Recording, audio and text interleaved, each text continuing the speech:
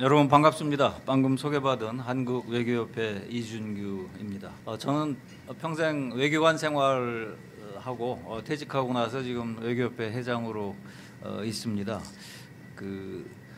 오늘 제가 이 자리에 불려오게 된 것은 물론 우리 황 회장님하고도 옛날부터 제가 친분이 있지만 한용섭 회장하고는 군대 동기입니다.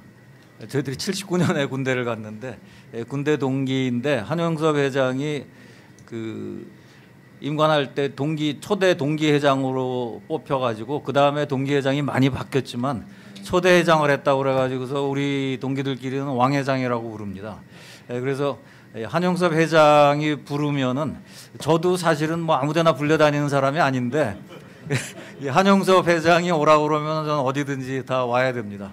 그렇지만 오늘 이 세미나는 정말 한미우호협회하고 국제안보교류협회가 공동으로 주최하시는 굉장히 뜻깊은 세미나라고 생각합니다. 저 개인적으로는 이 자리에 와서 조그만 역할이라도 담당할 수 있게 된 것을 큰 영광과 기쁨으로 생각을 하고 있습니다. 오전 세션 제가 좀 늦게 와서 지켜봤습니다만 아주 굉장히 뜨거운 토론이 있었다고 생각합니다. 오후 세션에서는 저희가 조금 다른 주제지만은 결국 오늘의 큰 주제하고 일맥상통하는 그러한 토론이 되리라고 기대를 합니다. 오후 세션의 제목은 러시아 우크라이나 전쟁 신냉전 구도 한국의 안보 외교의 시사점 이러한 제목으로 되어 있습니다. 여러분 잘 아시다시피 쉽게 끝날 것 같았던 러시아의 침공으로 시작된 러시아 우크라이나 전쟁이 100일이 넘겨서 장기전의 양상을 띠고 있습니다. 이것은 러시아와 우크라이나 두 나라에 지대한 영향을 미치는 것은 물론이고 유럽 전체 나아가서는 세계 전체에 여러 가지 지대한 영향을 미치고 있습니다. 최근 며칠 사이에 인플레가 가속화가 되는 게 크게 부각되면서 미국 증시를 비롯해서 전 세계의 증시가 폭락하는 현상까지 보이고 있습니다. 우크라이나 전쟁의 발단이 여러 가지로 분석이 되고 있습니다만은 가장 큰 것은 나토의 확장에 따른 러시아의 불안 이런 것이 가장 큰 원인으로 지적이 되고 있습니다. 전쟁이라는 것은 명백히 정치적 행위지만은 그러한 전쟁으로부터 발생하는 여러 가지 영향들이 있는데 그 중에 경제 면에서의 여러 가지 피해 이런 영향이 상당히 크다고 생각합니다. 그런데 오늘 두 번째 세션에서 발표해 주시는 것은 크게 봐서 정치적 행위인 이 전쟁의 배경에 또 굉장히 경제적인 이유가 있다라는 이러한 분석을 이 두 번째 발표자께서 말씀을 해 주시리라고 생각됩니다.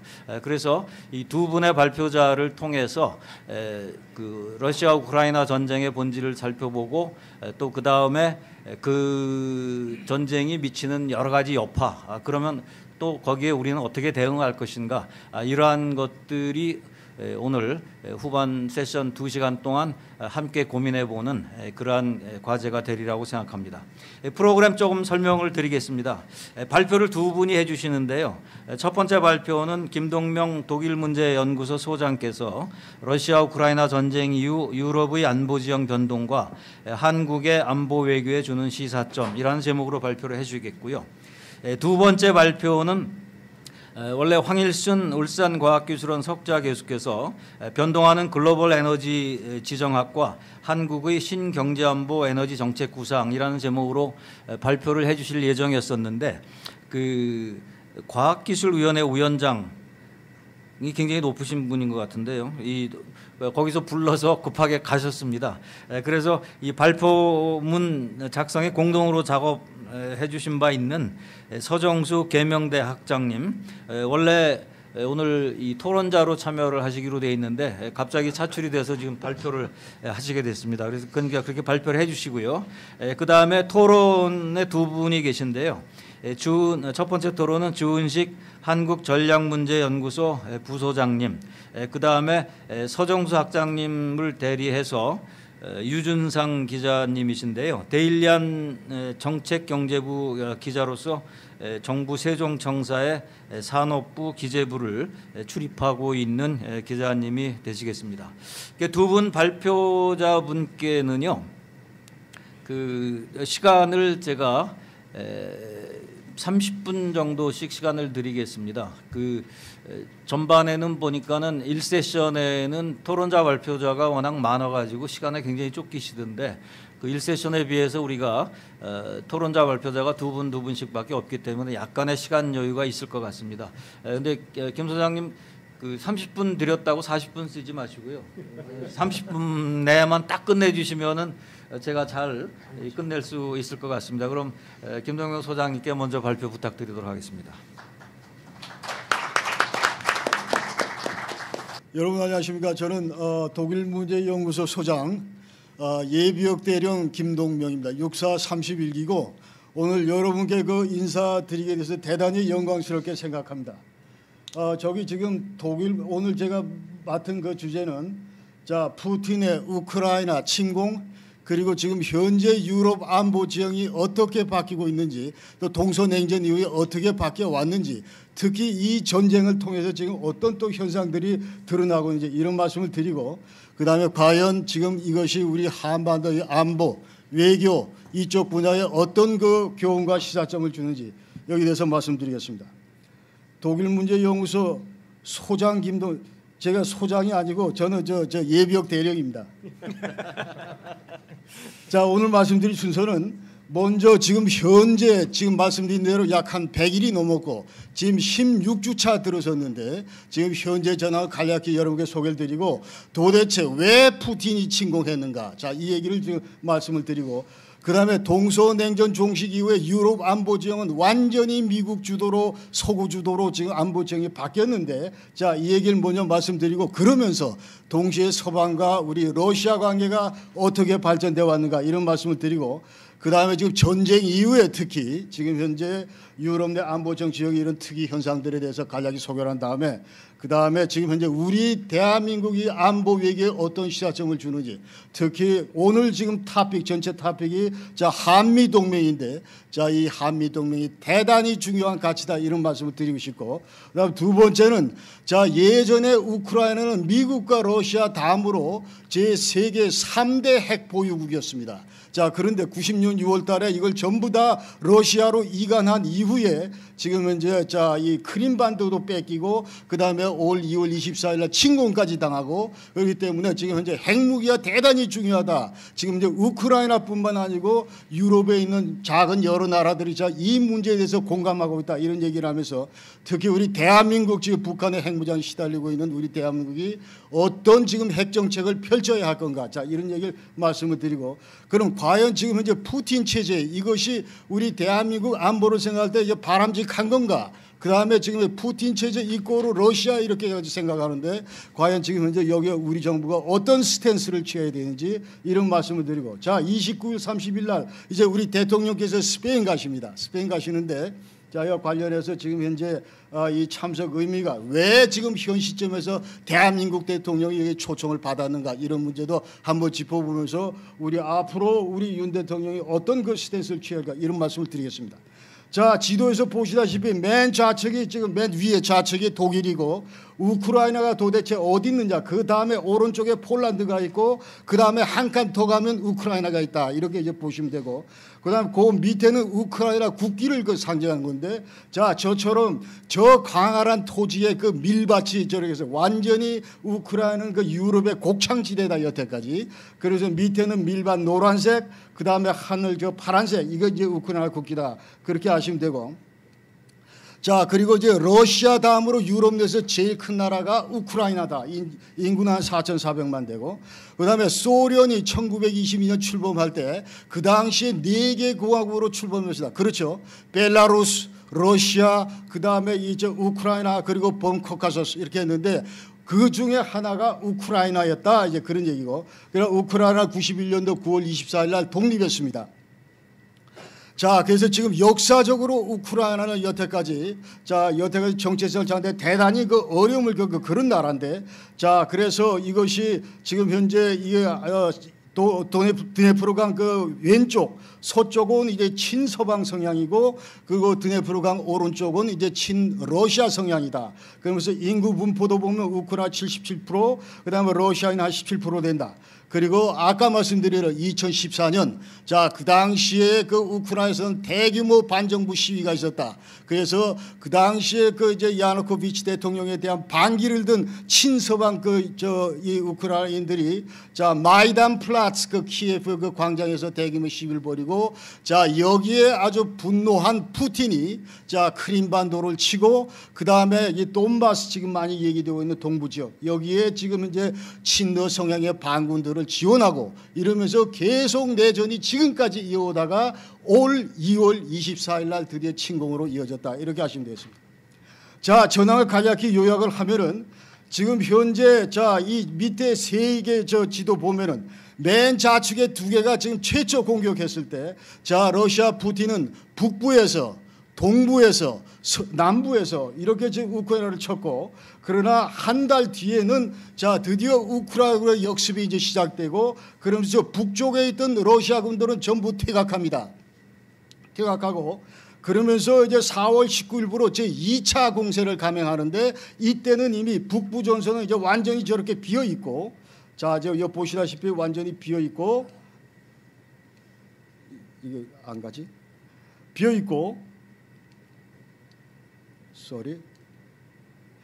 자, 그래서 지금 현재 2차 공세는 이제 주로 그 동쪽에 돈바스 지역하고, 자, 크림반도 위에 남쪽 이쪽을 이제 장악함으로써 크림반도와 돈바스와 러시아 그 국경 이런 거를 전부 하나로 묶어서 지금 현재 이 내륙 그 통로를 만드는 것이 지금 현재 푸틴의 이제 중간 목표다, 이런 얘기입니다. 최초는 키예프까지 완전히 장악하면서 그야말로 이 레짐을 젤렌스키 그 레짐을 바꾸고 그야말로 이렇게 하려고 그러는데, 자, 1차 공세가 실패로 끝나고 2차 공세에서는 약간 수정을 해서 지금 현재 지금 저 말발굽 모양의 저런 현재 맨 오른쪽에 있는 사진, 자, 말발굽 모양의 지금 저와 같은 그 점령 지역을 형태를 이제 구성하고 있다. 그래서 자, 여기 보면은, 자, 지금 현 상황에서 보면은, 자, 이 일대에서 이제 북부에서도 이제 전부 일진일퇴 하다가 이제 러시아군이 밀리고 있고, 그러나 동부에서는 치열하지만 지금 현재 러시아군이 이제 거의 우크라이나를 압도하고 있다. 그러니까 돈바스는 크게 두 가지다. 자, 루간스크하고 도네츠크 두 개 지역이 있는데, 루간스 이 지역은 거의 100%가 지금 러시아가 장악을 했다. 그 다음에 이 도네츠크 아래는 대략 한 50% 정도 장악했고 계속 지금 서진을 하고 있다. 이렇게 보다. 남부는 크림반도 위에 저기 이제 완전히 저 헤르손까지 지금 전부 진격을 해서 장악을 하고 있고, 그 다음에 마리우폴 이 지금 해안 도시인데, 자, 항구 도시 여기는 완전 100% 그 러시아에서 함락됐다. 이렇게 보시면 됩니다. 전반적으로 볼 때 러시아가 지금 우크라이나 딱 한 20%를 장악하고 있고, 지금 현재 점령 지역의 그 프론트 라인은 약 한 100km 된다. 자, 그래서 러시아 군대는 지금 170개의 대대 전술단이 있습니다. 이 대대전 버탈리언 택티컬 그룹 해가지고, 자, 이것은 2008년도에 이제 러시아가 그 당시에 그 조지아를 침공하면서 여러 가지 문제점을 이야기했습니다. 그래서 자, 앞으로 전투 대응을 여단으로 할까 아니면 대대 단위로 할까 이런 걸 고민하다가 이제 대대 단위로 하자. 그래서 이 대대 전술단에는 약 40대 장갑차, 10대 전차, 뭐 각종 포병중대, 방사포 중대 이런 걸로 좀 구성해서 이제 전투를 수행하는데, 이게 120개가 지금 우크라이나에 투입이 됐다. 그러나 지금 현재까지 전투로 인해서 약 한 3분의 1이 전투 수행 불가능력, 그런 평가를 지금 영국 국방부는 내리고 있습니다. 그래서 근본적으로 지금 현재 푸틴의 어떤 이런 전략적 실수에 대해서 많은 얘기를 하는데, 첫째는 러시아 군대를 지나치게 과대평가했고, 그 다음에 우크라이나 군대를 지나치게 과소평가했다, 이런 이제 얘기를 합니다. 그러니까 여태까지 푸틴이 2000년도부터 러시아 대통령을 하고 있는데, 여태까지 여러 가지 사소한 이런 전쟁을 통해서 많은 재미를 봐봤습니다. 그러니까 저 체첸 전공, 무슨 뭐 조지아, 그 다음에 각종 그 트라스니스테리언 뭐 이런 전쟁을 쭉 해오면서 재미를 받고, 또 동시에 국내적으로 대단히 인기가 올라갔었다 푸틴이. 자, 이와 같은 전쟁에 재미를 받기도 했는데 우크라이나 전쟁 해보니까 이건 좀 여태까지 했던 전투하고는 좀 다르다. 이게 이게 무슨 뭐 제대로 된 정규전이 아니고 여태까지는 국지전이나 아니면 뭐 이 대침투 작전 무슨 뭐 그런 그 성격의 전투만 해왔는데 보니까 이 스토리가 완전히 달라졌다 이런 게 있고, 그다음 우크라이나로 2014년 이후에 지금 절치부심하면서 서방과 그 군사 협력을 강화하면서 계속 군사력을 키워왔다 이렇게 얘기를 할 수 있습니다. 그래서 지금 현 상황에서는 양국군의 전력은 거의 뭐 완전히 소진되다시피 하고, 그래서 이제 소모전 양상을 겪고 앞으로 이것은 장기전으로 갈 수밖에 없다 이런 이제 군사 전문가들 평가를 내리고 있습니다. 그리고 자, 러시아군이 지금 현재 약간 3만 1,000명 정도가 사망하다. 이건 우크라이나 젤렌스키가 얘기하는 거고, 그다음에 자기네들도 마찬가지 매일 50명에서 100명 정도가 사망하고 있다. 그리고 400명에서 500명의 부상자가 지금 계속 속출하고 있다. 이게 젤렌스키가 최근에 언급한 바 있습니다. 그래서 지금 현재 가장 양 진영 간에 가장 그 핫한 이슈가 뭐냐면은 서방으로부터의 그 공격형 무기를 지원하는 문제입니다. 그래서 자, 러시아는 지금 현재 우리가 동부지역에서 승기를 잡고 있기 때문에 자, 이때 빨리 지금 진도를 나가야 되는데, 만약 이때 서방으로부터 이제 우크라이나의 중무기나 이런 것들이 특히 미국으로부터 영국으로부터 또 나토 진영으로부터 이런 그 중무기 공격형 무기가 지원될 경우는 어떻거느냐 이 말이에요 지금 현재. 그러면서 또 우크라이나 입장에서는 자, 이게 있어야 제대로 우리가 지금 반격을 한다. 그러니까 동부전선에서 지금 완전히 포위 일보 직전인데, 당하기 일보 직전인데 이 포위를 돌파하기 위해서는 이제 중무기가 필요하다. 지금 현재 자, 영국과 M270 방사포 다연장 로켓포, 자, 이것을 이미 지원을 했고, 그 다음에 미국도 M142 이것 지금 좀 지원했습니다. 그런데 이거 탄에 따라서 사거리가 달라지는데, 그러나 이 300km까지 나가는 이런 장거리 이런 포탄은 절대로 지금 현재 안 줍니다 미국에서. 왜? 이것이 러시아 국경으로 넘을까봐 이것이 다시 한번 또 이제 에스컬레이트 해가지고 자, 이것이 제3차 대전 뭐 나토가 인발브되고 이런 상황을 우려하기 때문에 지금 현재 미국도 컨트롤 해가면서 대략 한 30km 이 정도 그 다연장 로켓을 지금 제공하고 있다 이렇게 아시면 되겠습니다.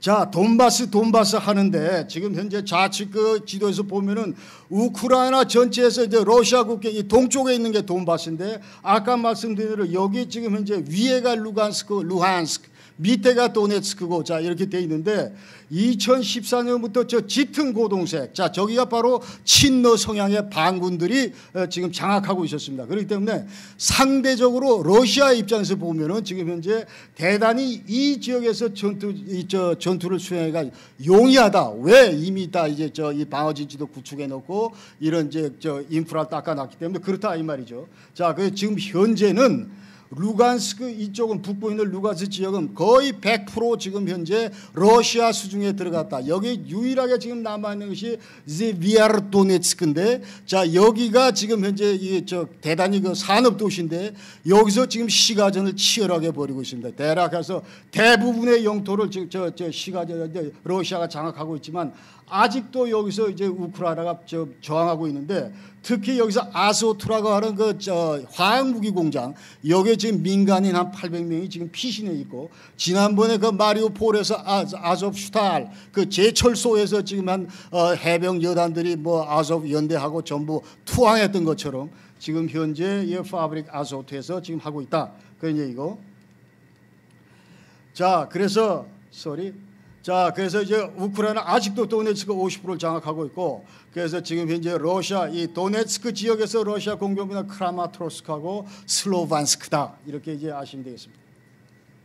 자, 그래서 푸틴의 꿈은 뭔가 지금 현재 약간 변경되지만 푸틴의 꿈은 어떤 형태로든 우리가 점령한 이 점령 지역을 신러시아로 만들자 이런 겁니다. 신러시아, 뉴러시아 이걸 만들자 하는 거예요. 그래서 지금 맨 좌측 지도는 지금 현재 점령하고 있는 구역이고, 그 다음에 두 번째 지대는 자, 이게 어제 오늘 얘기가 아니고 이미 예카테리나 대제가 1700년도에 그 당시에 이미 그 러시아 제국이 자, 이 밑에 자, 크림반도 그 위쪽에 뉴 러시아 이거를 이미 러시아 제국의 이 행정구역으로 가지고 있었다 이 말이에요. 저 오른쪽도 마찬가지고. 그래서 지금 네 번째 지도에 보면은 여기 보면은 저 짙은 푸른색은 전부 러시아 말 하는 그런 지역입니다. 러시아권이에요. 러시아권. 그리고 그렇기 때문에 지금 현재 맨 좌측에 이 말발굽 점령 지역하고 거의 지금 일치하는 것을 볼 수 있습니다. 그래서 역사적으로 저 푸틴 얘기는 자 이것은 지금 옛날에 우리가 잃었던 영토를 지금 되찾고 있는 거다 이런 얘기를 지금 푸틴은 하고 있는 거예요. 그래서 이거를 앞으로 이제 완전히 굳히기 작전 들어가고 그리고 앞으로 이거를 이제 한반도가 남북한으로 분단되듯이 자 우크라이나로 마찬가지로 동서분단 지금 맨 오른쪽에 있는 저런 형태의 분단 국가로 만들자 하는 것이 지금 푸틴의 저 컨셉이다 이렇게 우리가 아실 수가 있습니다. 자, 그래서 지금 현재 이런 컨셉을 가지고 있고 2008년도에 그 당시에 이제 부시가 뭐라고 그러냐면은 자, 이게 나토 정상회담 하는데 앞으로 자, 러시아 노는 꼴을 보니까 심상치가 않다. 그래서 자, 앞으로 우리가 이 조지아하고 우크라이나를 빨리 나토에 가입시켜야 되겠다. 이런 얘기를 하니까 거기에 이제 분노한 푸틴이 쳐라. 조지아를. 그래서 그 5일간 조지아하고 그 공격이 있었고 자, 거기에서 이거 보니까 이제 전부 나토 진영에서도 굉장히 이제 이때부터 이제 아주 긴장하게 되는 거죠. 그래서 어떤 형태로 푸틴은 이와 같은 지금 현재 점령 지역을 자 이제 완전히 러시아로 편입하고자 한다. 자, 침공병 첫 번째는 아까 여러 차례 말씀드렸지만은 자 우크라이나 나토 가입 시도 이거를 저지하는 거다. 그래서 지금 지도에서 보시다시피 자 1990년 냉전 종식 이전까지는 자 지도가 저런 형태로 돼 있었다. 저 빨간 부분이 전부 나토 서방 진영이고 자 이 파란색이 이제 소련하고 거기서 위성 국가들 이렇게 돼 있는데 자 점차 시간이 갈수록 지금 현재 러시아 위성국들이 지금 현재는 전부 다 나토 진영으로 다 들어가 있다 이 말이에요. 그러니까 푸틴 러시아 입장에서 볼 때는 러시아의 그 바파존 지금 현재 이것이 완전히 지금 동쪽으로 700km에서 약 한 1000km 정도 평행 이동한 그런 꼴이 됐다 이 말이에요. 그렇기 때문에 이거는 절대 자신 못한다 그런 얘기예요. 자 그런 얘기고 지금 현재 그리고 이 우크라이나하고 모스크바하고는 약 500km밖에 안 떨어졌기 때문에 만약 얘들이 나토 가입해가지고 거기다가 예컨대 무슨 자 이 단거리 핵미사를 배치했을 경우 우리 모스크바는 어떻게 하겠느냐 이 말이에요. 지금 현재 여기에 대해서 이제 그 푸틴은 그런 어떤 이런 불안을 가지고 있다. 그러면서 바로 침공 직전에 나토에다 대놓고 지금 푸틴이 한 얘기가 야 너희들이 지금 우크라이나 이거 절대로 이거 나토에다 가입 안 시키겠다. 이런 걸 서면으로 좀 보장해달라 간청을 했는데 이게 무슨 이건 우크라이나 마음대로지 이거를 뭘 우리가 서면으로 그런 보장 이런 지하에 거절하니까 알았어. 오케이 침공해서 2월 24일 날 이제 들어갔다는 거예요. 자, 두 번째는 우크라이나를 그 비무장한다 이런 얘기인데 자, 푸틴 머릿속에는 우크라이나 이건 나라도 아니다. 얘들은 우리하고 똑같은 러시아 민족이고 자, 역사적으로부터 옛날에 그 키예프 중세 자, 이때도 벨라루스, 우크라이나, 러시아 이건 전부 다 같은 민족이다 이런 거예요. 그 다음에 1654년도에 페레야슬랍 협정을 맺었고 그 당시에 크멜리츠키가 자 코카소스 그 대장이 크멜리츠키가 자 우리 드네프르강 오른쪽 이거 러시아 너희들한테 전부 줄 테니까 자 편입시켜줘. 대신 폴란드가 우리가 못 살게 구니까 너희들이 폴란드 좀 손 봐줘 이러면서 이제 완전히 간청하고 무릎을 꿇고 들어갔다 이 말이에요. 그러니까 러시아 입장에서 볼 때는 그 당시에 우크라이나 너희들은 스스로 너희 발로 우리 밑으로 들어와서 자 이게 편입되기를 간청한 역사적으로 볼 때 자 그렇다 이 말이에요. 그러니까 자 너희들은 지금 현재 다 완전히 우리와 똑같은 러시아 민족 같은 민족이다 이게 그렇게 푸틴은 생각할 거고 그런데 지금 현재 젤렌스키나 이 우크라이나 신정부가 지금 지나치게 지금 현재 완전히 해가지고 서방 측에 의해서 이제 노란한 그런 허사비 국가다 이제 그런 얘기. 예, 빨리 하겠습니다. 죄송합니다. 자, 그래서 일단 루트 그렇다는 얘기고 그러면서 일단 하여튼 지금 현재 또 자, 이 돈바스 지역에 러시아어를 쓰는 많은 그 사람들이 있는데 여기에 대해서 이제 푸틴이 젤렌스키가 탄압을 하고 있고 자 이런 것들 또 최근에는 자 핵무기까지 개발했다고 설치고 이런 것들을 도저히 지금 못 보겠다 그래서 푸틴이 쳤다 이런 거죠. 자, 동서남북 쪽에서 유럽 안보죠. 한마디로 자 이제 구소련이 해체되고 미국이 완전히 일방적으로 장악하고 서구가 주도하는 그런 그 안보 질서가 확립이 됐다 그런 얘기. 그러면서 EU도 확대되고 그다음에 나토도 확대되고 자 그래서 지금 현재 EU는 27개국, 나토는 30개국, 옛날에 심지어 이제 구소련이 있던 그런 멤버들이 전부 다 지금 현재 이 서방 진영에 다 편입되고 자 이와 같은 것들이 지금 현재 동서냉전 이후에 이제 발전된 그런 거고 그러면서 덩달아 그 러시아 관계는 90년대에는 서방하고 러시아 관계가 대단히 좋았다. 97년도에 자 전략적인 무슨 뭐 이제 파트너십 이런 것도 맺고 그랬습니다만은 그러나 점차 갈수록 이제 저 관계가 악화되는데 그것이 바로 이제 2007년, 2008년 이때부터 이제 서방과 러시아 관계가 악화된다. 아까 얘기대로 그러면서 자 이제 완전히 그 획을 긋는 사건이 2014년대 크림반도 이제 러시아의 합병. 이걸로 이제 관계가 완전히 지금까지 악화돼 왔다 이런 얘기입니다. 그러면서 또 러시아하고 우크라이나하고는 관계가 어땠는가? 예, 90년대는 마찬가지로 이제 전부 전략적인 그 파트너 관계 해가지고 또 양국 관계가 좋았습니다. 그러면서 뭐 우호 협정도 체결하고 그러면서 좋았는데 자 그러나 2004년도에 이제 그 당시에 그 대선에서 자 러시아가 믿는 후보 그다음에 친성화 후보 그러니까 야누코비치하고 야시첸코하고 유시첸코하고 이 둘이 붙었을 때부터 이제 조금 틀어졌다.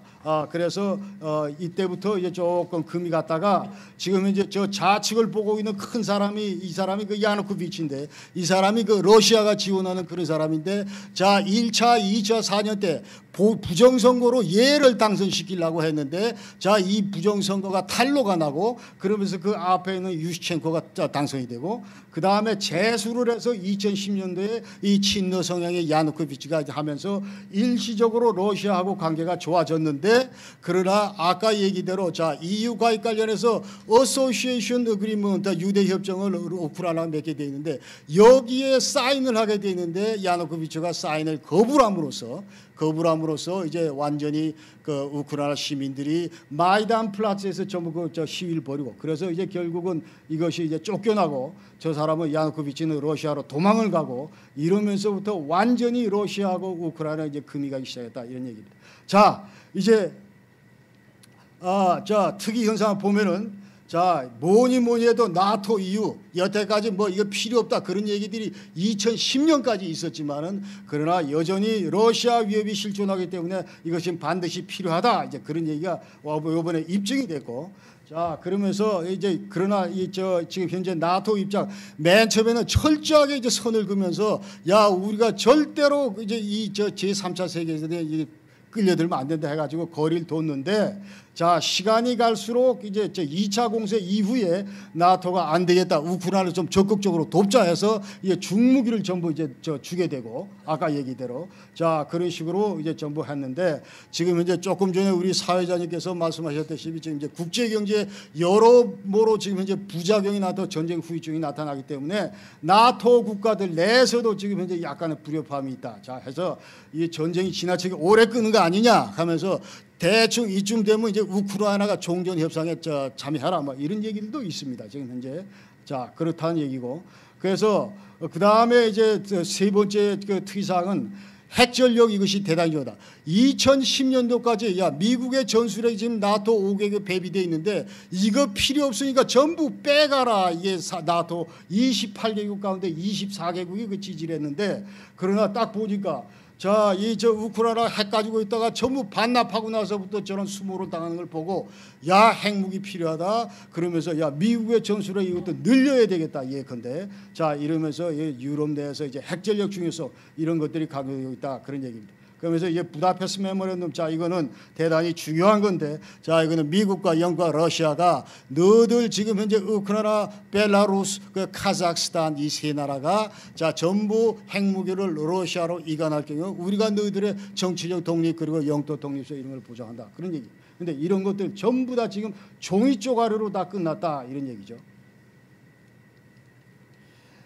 자, 그래서 이게 쉽게 이제 핵무기가 없었기 때문에 한마디로 저렇게 두드러 맞았다 그런 얘기고, 자, 지금 젤렌스키는 돌아다니면서 하는 얘기가 너들 절대로 핵무기 포기하지 마라, 그런 얘기를 이제 계속 하고 있습니다. 자, 그래서 또 에너지 안보 중요성, 이것도 지금 현재 러시아 천연가스하고 석유에 전부 유럽 국가들이 대부분 다 이제 의존하고 있고, 노스트림 1, 2 해가지고 저 발티크를 통해서 파이프라인 해서 전부 저 이런 가스를 제공을 받았는데, 자, 이런 사태가 벌어지다 보니까 에너지 안보 이것이 대단히 센시티브하다, 중요하다. 그래서 지금 현재 이 러시아로부터 지나친 의존도 이런 것들이 문제되니까 자, 수입원을 다변화하자 이런 얘기들이 지금 나와 있고.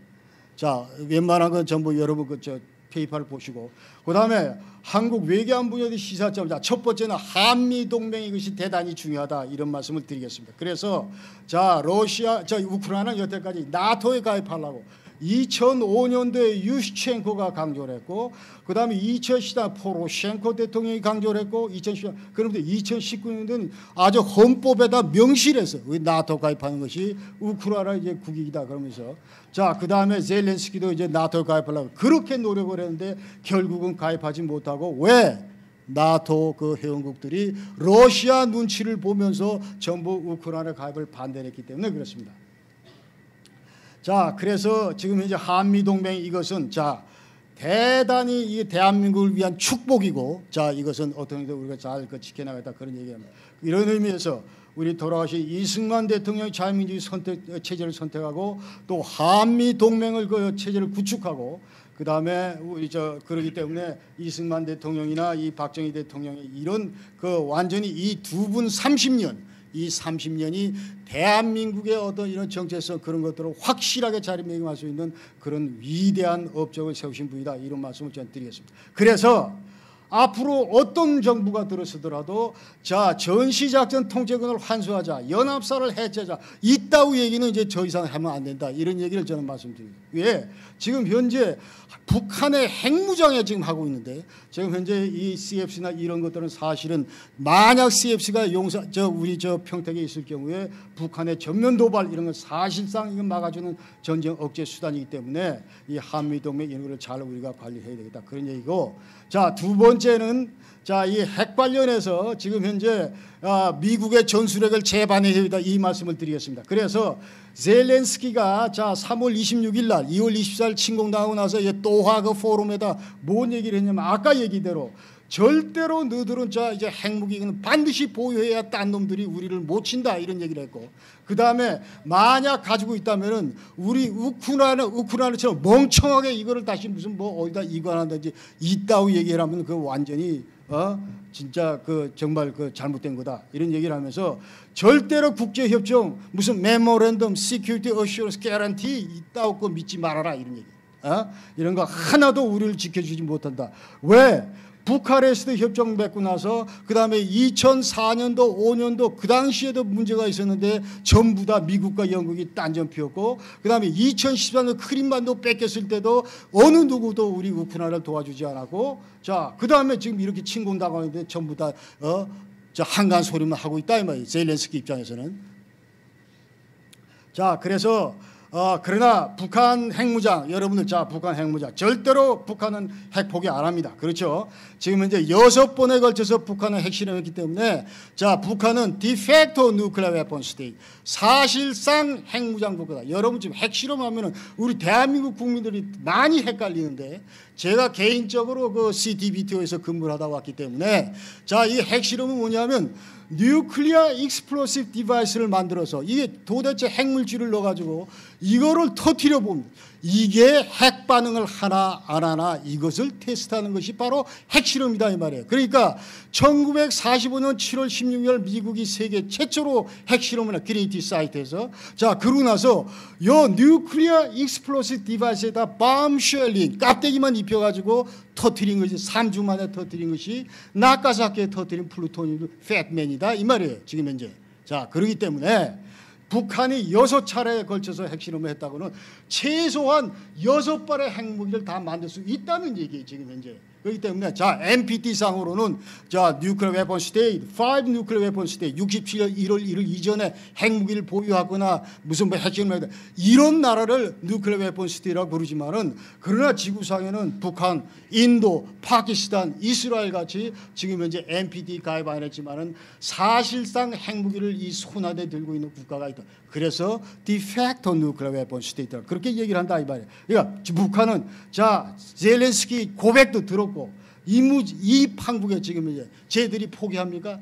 죽었다 깨도 포기 안 하죠. 지금 이제 유일하게 지금 이제 체제를 지켜주는 수단인데 자 그러면 우리 대한민국 정부는 이런 상황에서 어떤 지금 옵션을 취할 수가 있는가 그런 얘기를 지금 드려요. 자 그래서 지금 정부 역대 정부는 마찬가지고 전부 비핵화 하는데 지금 북한 핵 문제의 본질은 이런 겁니다. 자 그래서 지금 핵실험을 했을 때 가운데 그림 빨간색 핵실험을 하기 전하고 핵실험을 한 후하고 북한 핵 문제 성명은 극렬하게 대비가 된다. 핵실험 전에는 어떻게 북한이 핵무장을 못하도록 핵물질을 생산하지 못하도록 우리 국제사가 저 목을 조고 계속 그 협력해야 이게 문제인데 핵실험을 이미 2006년 10월 9일 날 해버렸어. 지금 핵무기를 손안에 들고 있어. 그러면 자 지금 상황은 완전히 스토리가 180도 달라지는 거예요. 그러니까 이 손안에 든 핵무기를 어떻게 우리가 못 쓰게 만 이게 바로 북한의 비핵화다 이 말이에요 지금 현재. 그래서 비핵화의 과제는 여기 북한 핵무기를 어떻게 폐기시킬지, 어떻게 핵물질을 못 만들게 만들지, 어떻게 이런 핵물질 생산 이런 시설들을 파괴시킬지 이런 것들이 북한 비핵화의 핵심이고 두 번째 핵실험 이후의 과제는 제가 볼 때는 자 이 북한이 들고 있는 이 핵무기가 서울 상공으로 어떻게 못 날아오게 만드느냐 How to deter 억제 수단 그 다음에 만약 이 억제에 실패했을 경우에 How to defend 이거를 어떻게 방어하느냐 지금 현재 서울 상공으로 날아오게 그래서 우리가 뭐 사드도 필요하고 KAMD도 필요하고 한국 그 미사일 방어체계 이런 게 필요해요. 그러니까 지금 현재 우리 한국 사회에서 북한 핵 문제를 딜링하면서 나오는 여러 일들 너무 짬뽕으로 지금 막 하니까 국민들이 좀 헷갈린다 이 말이에요. 그 다음에 세 번째 과제는 How to protect 대한민국 주민들을 자 현재 지금 현재 이 프레스센터 상공에 떨어질 게 우리가 도대체 어디에 대피를 해야 되냐 이 말이에요 지금 현재. 자 이 방어 수단 갖춰놓은 이런 것들은 대한민국 그래서 지금 현재 북한 비핵화 전 문제는 우리 대한민국 정부 혼자 풀 수 없습니다. 그래서 소장님 이제 마무리해 주십시오. 30초. 죄송합니다. 자, 그래서 저 국제사회 거에 대해 그런 말씀을 드리고, 자, 그래서 지금 현재 아까 얘기대로 이제 how to defend. 그래서 억제 수단이 방어 수단보다 훨씬 더 중요하기 때문에 방어 수단 지금 돈도 많이 들어가고, 그래서 이런 차원에서 미국의 전술에만 갖다 넣으면 좋다. 그래서 절대로 우리 자유적 핵무장이 바람직하다 이런 말씀 드리고, 자, 세 번째는 푸틴하고 지금 러시아는 우리 구분하자. 그래서 지금 현재 러시아는 우리의 그 아주 앞으로 잘 그 자유민주국가가 될 수 있도록 도와야 될 어떤 협력 파트너야. 그러나 푸틴의 어떤 이런 국제적인 그런 그 행위 이런 것들은 규탄돼야 된다 이런 생각을 하고 자 그다음에 마지막으로 자 지금 현재 대통령이 이제 가는데 자 이게 지금 현재 아까 얘기대로 자 지금 현재 나토가 대단히 센시티브하다. 자 이게 중무기를 지원하고 싶은데 여러 가지 제약사항이 많습니다. 이런 점에서 우리 한국 정부에다 혹시 이런 중무기 지원할 수 있는지 이런 것들을 지금 현재 물어볼 공산이 가장 크다. 그런 의미를 얘기를 하고 그 다음에 지금 현재 그러면서 우리 한국이 아까 얘기대로 자 전략적인 어떤 이런 안보 동맹 이런 거를 이제 한반도에 국한시키지 않고 더 이상 확대할 수 있는 좋은 기회다 그런 얘기를 하고. 자, 그래서 아까 저 얘기를 전부 한 거고 그 다음에 우리 방산무기 우수성 이런 것들을 전 세계에 가서 있는 그 좋은 기회다 생각하고 제가 지금 우리 대한민국이 지금 현 상황에서 취할 스탠스는 자 푸틴의 전쟁 행위 이거는 규탄해야 되지만 그러나 러시아 국가 자체 이거는 한국의 우협력 대상국으로 이렇게 우리가 삼아두고 좋은 관계를 유지할 필요가 있겠다 이런 말씀 드리면서 제 말씀 사회자님 대단히 죄송합니다. 너무 네, 감사합니다.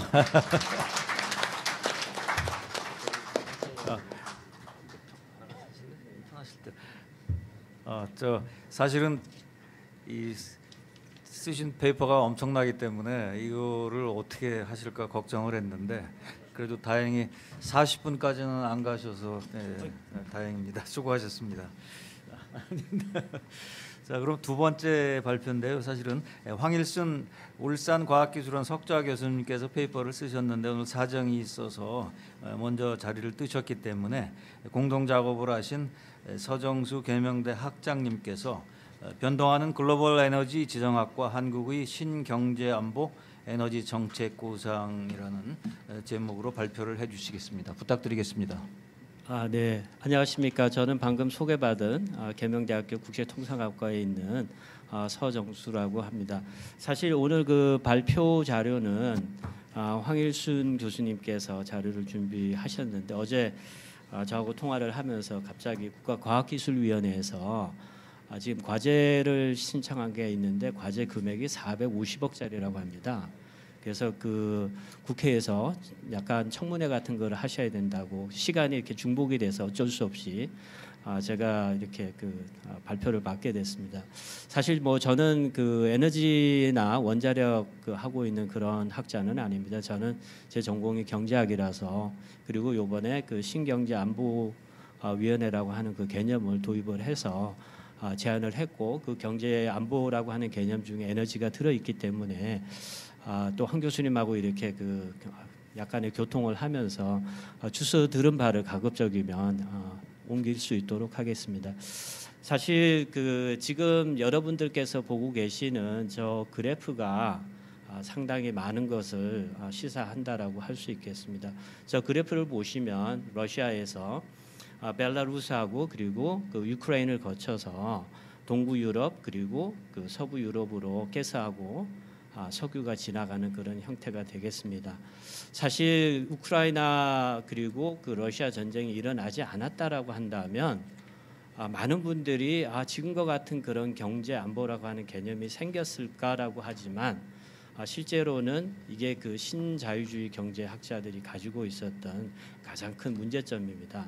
사실 저런 가스 파이프라인이 그리고 원유 파이프라인이 설립될 수 있었던 이면에는 독일의 게라트 총리가 맞네요. 네, 슈로드 총리가 사실은 독일에서 원전 탈원전 정책을 설파를 하고 그리고 이제 러시아로부터 파이프라인을 건설을 시작을 합니다. 그리고 본인이 총리직을 마치고 나서는 부인이 한국 분이라서 조금 좀 아쉬운 점이 있지만 독일의 가스프롬으로 가서 상당 금액을 갖고 거기서 고문으로 활동을 하게 됩니다. 사실 저런 부분을 본다라고 하면 우리가 이 에너지 안보라고 하는 부분이 얼마나 중요한가라고 하는 부분에 대해서 여러분들이 충분히 인식하실 수 있을 거라는 그런 생각을 합니다. 사실 저희가 어떻게 보면은 러시아에서 파이프라인을 건설을 하기 시작하고 그래서 서구 유럽들의 유럽 경제가 러시아 가스와 원유의 의존도가 커지면서부터 이미 경제 안보라고 하는 개념에 좀 어떤 토대가 흔들리기 시작했다라고 이렇게 저희는 해석을 하고 있습니다. 그래서 사실 우리가 그런 부분에서 본다라고 하면 그러면 우리는 지금 최근에 들어서 2050년 탄소 중립 선언을 했습니다. IPCC에 의해서 저희가 2050년 탄소 중립을 선언을 했고요. 또 그보다 훨씬 앞서서 2030년도에 우리 자체적으로 탄소를 상당 폭을 축소를 하겠다라고 말씀을 전 세계에 이렇게 공개적으로 했습니다. 사실 그냥 우리가 자의적으로 선언을 한 거니까 뒤집을 수 있겠지만 국제사회에서 우리가 선언한 것을 뒤집는다라고 하는 것은 자살행위와 동일하다라고 이렇게 볼 수가 있겠습니다. 자, 그렇다라고 본다면 우리나라에서 지금 우리나라는 전체 에너지의 한 98% 정도를 해외에서 수입을 하고 있습니다. 수입하고 있는 반면에 지난 정부에서 적극적으로 추진했던 재생에너지 그리고 우리나라만 특이하게 신재생에너지라고 하는 개념을 사용하고 있습니다. OECD에서는 신재생이라는 에너지 개념은 없고요. 그냥 재생에너지 개념만 들어 있습니다. 근데 재생에너지가 차지하는 비중이 전체 발전량의 한 6% 정도밖에 되지 않습니다. 그리고 그 전체 발전량 중에서 29% 2020년 통계 자료를 보면 29%가 원자력 에너지에서 나오고 있습니다. 근데 우리가 지금 그 모든 자연 조건을 재생에너지가 가능한 재생에너지 그 발전이 가능한 모든 조건을 다 고려해 보더라도 아마 2050년 그 탄소 중립은 원자력을 활용하지 않고는 불가능할 것이다라고 저희가 감히 말씀을 드리고, 그래서 황일순 교수님하고 저희가 그 팀에서 일을 했을 때는 2050년 탄소 중립이라고 하는 그런 목표를 달성하기 위해서 우리는 그 원자력 에너지를 한 60% 정도 비중으로 늘려야 된다. 그리고 꾸준한 노력을 통해서 재생에너지 비중을 지금 전체 한 6% 정도 됩니다. 그거를 한 30%로 늘리고 화석 연료라고 할 수 있는 자연적으로 흡수할 수 있는 그 탄소를 그 자연적으로 흡수할 수 있는 부분이 있기 때문에 한 10% 정도로 가져간다라고 하면 우리가 국제사회에 선언한 그 IPCC에서 설정한 2050년이라고 하는 탄소 중립의 목표를 달성할 수 있을 것이다라고 이렇게 저희는 판단을 하고 있습니다. 근데 사실 지금 우리 그 윤석열 정부가 출범하고 나서 좀 한 달 조금 더 됐지만 사실 지금 현재 보면 정확하게 그 원전과 관련된 정책이 세부적인 정책이 좀 미진한 것이 아닌가라고 저희가 나름대로 우려를 좀 가지고 있는 상태고요. 그래서 저희가 이제 가급적이면 지금 현재 우리가 가지고 있는 그 기술이라든가 이런 부분을 고려해서 정부가 좀 더 빠른 속도로 원전과 관련된 그런 정책을 실시를 해주기를 바란다라고 하면서 전반적으로 신경제 안보라고 하는 개념에서 설명을 드리려고 합니다. 뭐 그 황일순 교수님께서 우리 그 한국과 미국의 에너지 협력과 관련해서 한 70년 정도에 해당하는 역사를 이렇게 간단하게 보여주셨습니다. 사실 잘 보게 되면 제가 이 하이라이트를 드리고 싶은 것은 지난 정부에서도 있었던 것처럼 우리가 원자력 에너지 했을 때 가지고 있는 사실은 안전하다라고 하는 개념보다는 두려움과 공포라고 하는 그런 생각을 가지고 있습니다. 어떻게 본다면 그 펜실바니아에 있었던 그 트리 마일 아일랜드에 있었던 그런 원자력 사고라든가 그 다음에 1986년도에 있었던 체르노빌 그 원자 발전소 사고, 그리고 어떻게 보면 조금 더 최근에 있었던 후쿠시마의 그 사태가 크게 더 우리에게 그 공포심을 이렇게 심어주지 않았나 그런 생각이 듭니다. 그런데 그 상황 가운데서 우리가 잘못한 부분도 부분적으로는 있습니다. 사실 2012년도에 그 고리 원전에서 사고가 났을 때 또 거기에 관련된 잘못된 그 은폐한 사실이라든가 이런 부분이 있지만, 그럼에도 불구하고 우리 그 과학자들과 그리고 산업계에서는 원자력 그 발전에 대한 그 안전과 관련된 부분에서 엄청나게 그 노력을 해왔습니다. 그래서 제가 여기서 한 가지 그 말씀을 드리고 싶은 거는 그 제일 아래쪽에 보면 2021년도에 10년간 파이로 프로세싱이라고 하는 공동 연구에 성공했다라고 되어 있습니다. 제가 그저께 저녁에 황일순 교수님께 미국에 있는 그 아르곤 내셔널 레버러터리에서 그 파이로 프로세싱을 통해서 그 핵연료 이제 그 원자로에서 사용하고 나면 폐기물이 생기지 않습니까? 근데 그것이 보통 자연 상태에서 두게 되면 한 30만 년 정도가 소요가 됩니다. 그리고 그 사용하고 난 그 핵 처리를 이렇게 그 폐기물을 처리하는데 보통 3만 년 정도 이렇게 얘기를 하고 있는데, 저 파이로 프로세싱 테크놀로지는 그 기간을 한 300년 정도로 단축을 했습니다. 근데 저는 그럼에도 불구하고 황 교수님께 300년 가지고 충분하지 않다. 저거를 30년으로 줄일 수 있는 그런 기술 개발이 필요하다라고 말씀을 드리고, 그래서 우리가 원전을 다시 복구해서 그리고 우리가 가지고 있는 역량을 전 세계 시장에 제대로 활용하기 위해서는 그냥 단순하게 그 건설하는 기술만이 아니라 재처리하는 기술까지 다 가지고 있어서 핵 폐기물까지 처리하는 세계 최고의 안전 기술을 가지고 있어야지만이 우리 국민을 설득할 수 있고, 우리 국민이 설득이 되면 다른 나라 외국 사람들은 자연적으로 우리를 찾게 될 거다. 그런 면에서 한미 동맹이 굉장히 중요하다라고 말씀을 드렸습니다. 그랬더니 아마 이런 그 좋은 기회가 있어서 발전을 하게 된 것 같습니다. 발표를 할 수 있는 그 기회가 있었습니다. 사실 그 저희가 그 에너지 안보 문제를 신경제 안보라고 하는 개념에서 설명을 하려고 합니다. 사실 그 가운데서 보면 윤석열 대통령께서는 취임하시면서 신경제 안보 그리고 원전 채강국이라고 하는 정책을 제시를 하셨습니다. 아직까지 그 세부적인 정책이 나오지 않고 있어서 저희가 조금 빨리 서둘러 주셨으면 하는 그런 생각을 가지고 있습니다.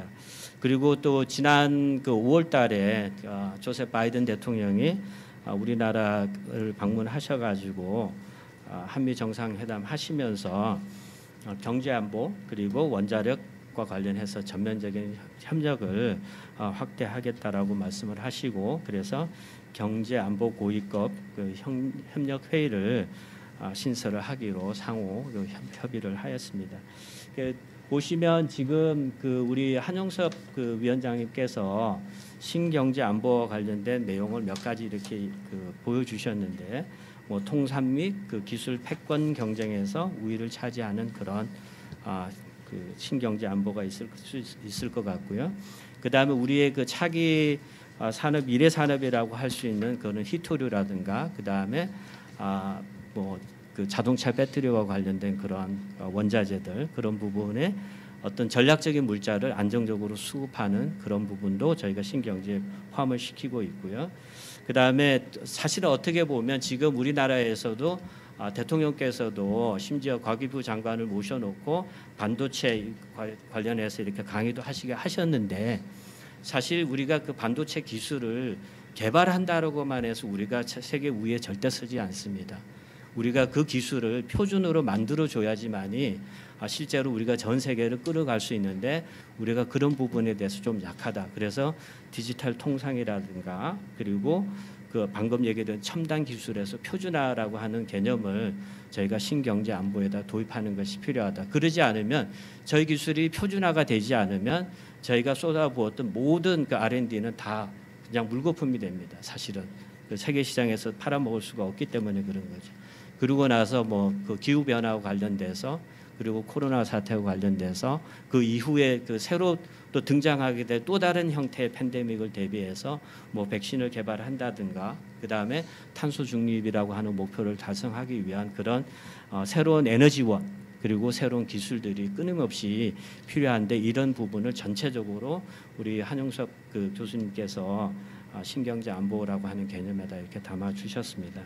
그래서 사실 아까 조광표 차관님께서 오찬 축사에서 말씀을 해주시면서 뭐라고 얘기를 하셨냐면 신경제 안보라고 하는 것 자체는 어떤 특정한 하나의 부서에서만 다룰 수 있는 그런 문제가 아니고 범부처적인 그런 노력과 그리고 협조가 필요하다라고 말씀을 드렸습니다. 그래서 단순히 정부에서만 할 수 있는 것도 아니고 어떤 학계에서만 할 수 있는 것도 아니고 민간 그리고 기업만이 할 수 있는 것도 아니라 총체적인 그런 어떤 협력과 그리고 이렇게 관리 감독하는 그런 체제가 필요하다라고 해서 저희가 예시를 드렸던 부분이 저런 신경제 안보위원회를 총리 축석에다가 두고 해당되는 모든 부처의 사람들이 다 해당되는 부분을 각자 이렇게 의사 결정을 하는 것이 아니라 총리가 이렇게 총괄해서 전체적으로 이렇게 모니터링 해주고 거기에 필요한 정책을 수시로 이렇게 롤아웃을 해주면 좋겠다라고 하는 개념에서 말씀을 드렸습니다.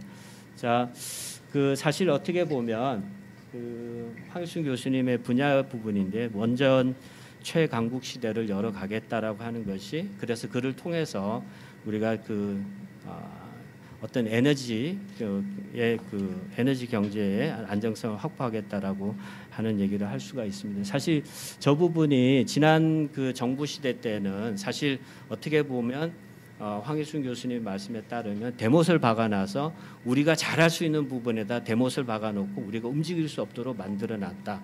그래서 거기에 그 관여하고 계시던 많은 분들이 그 업계를 떠나고 그래서 우리가 할 수 있는 어떤 수출 경쟁력 자체도 상당히 많이 약화되었다라고 이렇게 말씀하고 계십니다. 사실 그 실제로 예를 들어 보게 되면 사실 그 사우디에서 올해 그 한국에다가 어드밴스드 뭡니까 저기 그 pressurized water reactor라고 하는 APR 1,400에 대한 입찰 제안서를 그 요청을 해왔는데 사실 미국에서 우리가 여기다가 그 제대로 건설을 하려고 하면 사실 그 AP라고 하는 그 Advanced Protocol이라고 해서 그냥 사전에 노티스를 2시간 만에 주고 가서 현장에 가서 그 검사를 해야 되는 그런 그 어드밴스 프로토콜이 있는데 사우디가 그거를 받아들이고 있지 않습니다. 근데 이 부분에 대해서 저희가 이 부분을 하려고 하면 IAEA 협조를 받아야 되지만 동시에 이게 미국하고 잘 이렇게 그 협조 관계를 형성하면 그 부분을 해결해낼 수 있다라고 저희가 생각을 하고 있습니다. 특별히 지금 어떻게 보면 그 러시아 우크라이나 사태는 저희들에게 보면 상당히 그 어려운 상황이지만 또 다른 한편으로 보면 이 원전의 해외 진출과 관련해서 보면 그 러시아가 가지고 있는 그 워터 그 에너제틱 리액터라고 하는 WWER이라고 하는 그런 그 리액터가 원자로가 있는데 이 부분을 이제 러시아가 요번에 그 전쟁 사태로 인해서 수출이 금지되는 그런 상황이 생겼습니다. 그래서 북부 뭐 핀란드라든가 이런 데서 그 상당히 많은 공백이 생겨서 시장이 열려졌다라고 보시면 될 것 같습니다. 그래서 우리가 빨리 미국하고 잘 동맹 관계를 형성을 해서 이러한 부분에 협조를 얻어낸다라고 하면 우리가 수출해서 새로운 또 일자리를 만들어낼 수 있는 그런 기회가 된다라고 생각을 하고 있습니다.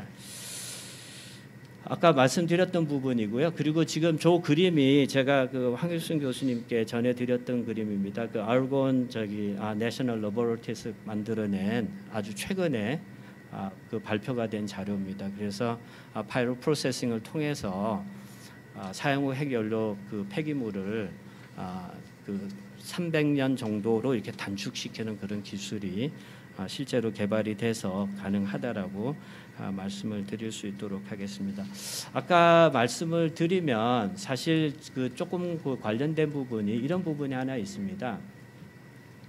원자력과 관련해서 우리가 이제 최강국의 상태로 들어가 있다라고 실제로 그 바이든 대통령이 오셨을 때 그 제가 듣기로는 윤석열 대통령께서 간접적으로 그거를 말씀을 하셔서 서로 이렇게 협력을 하기로 했다라고 이렇게 말씀을 들었습니다.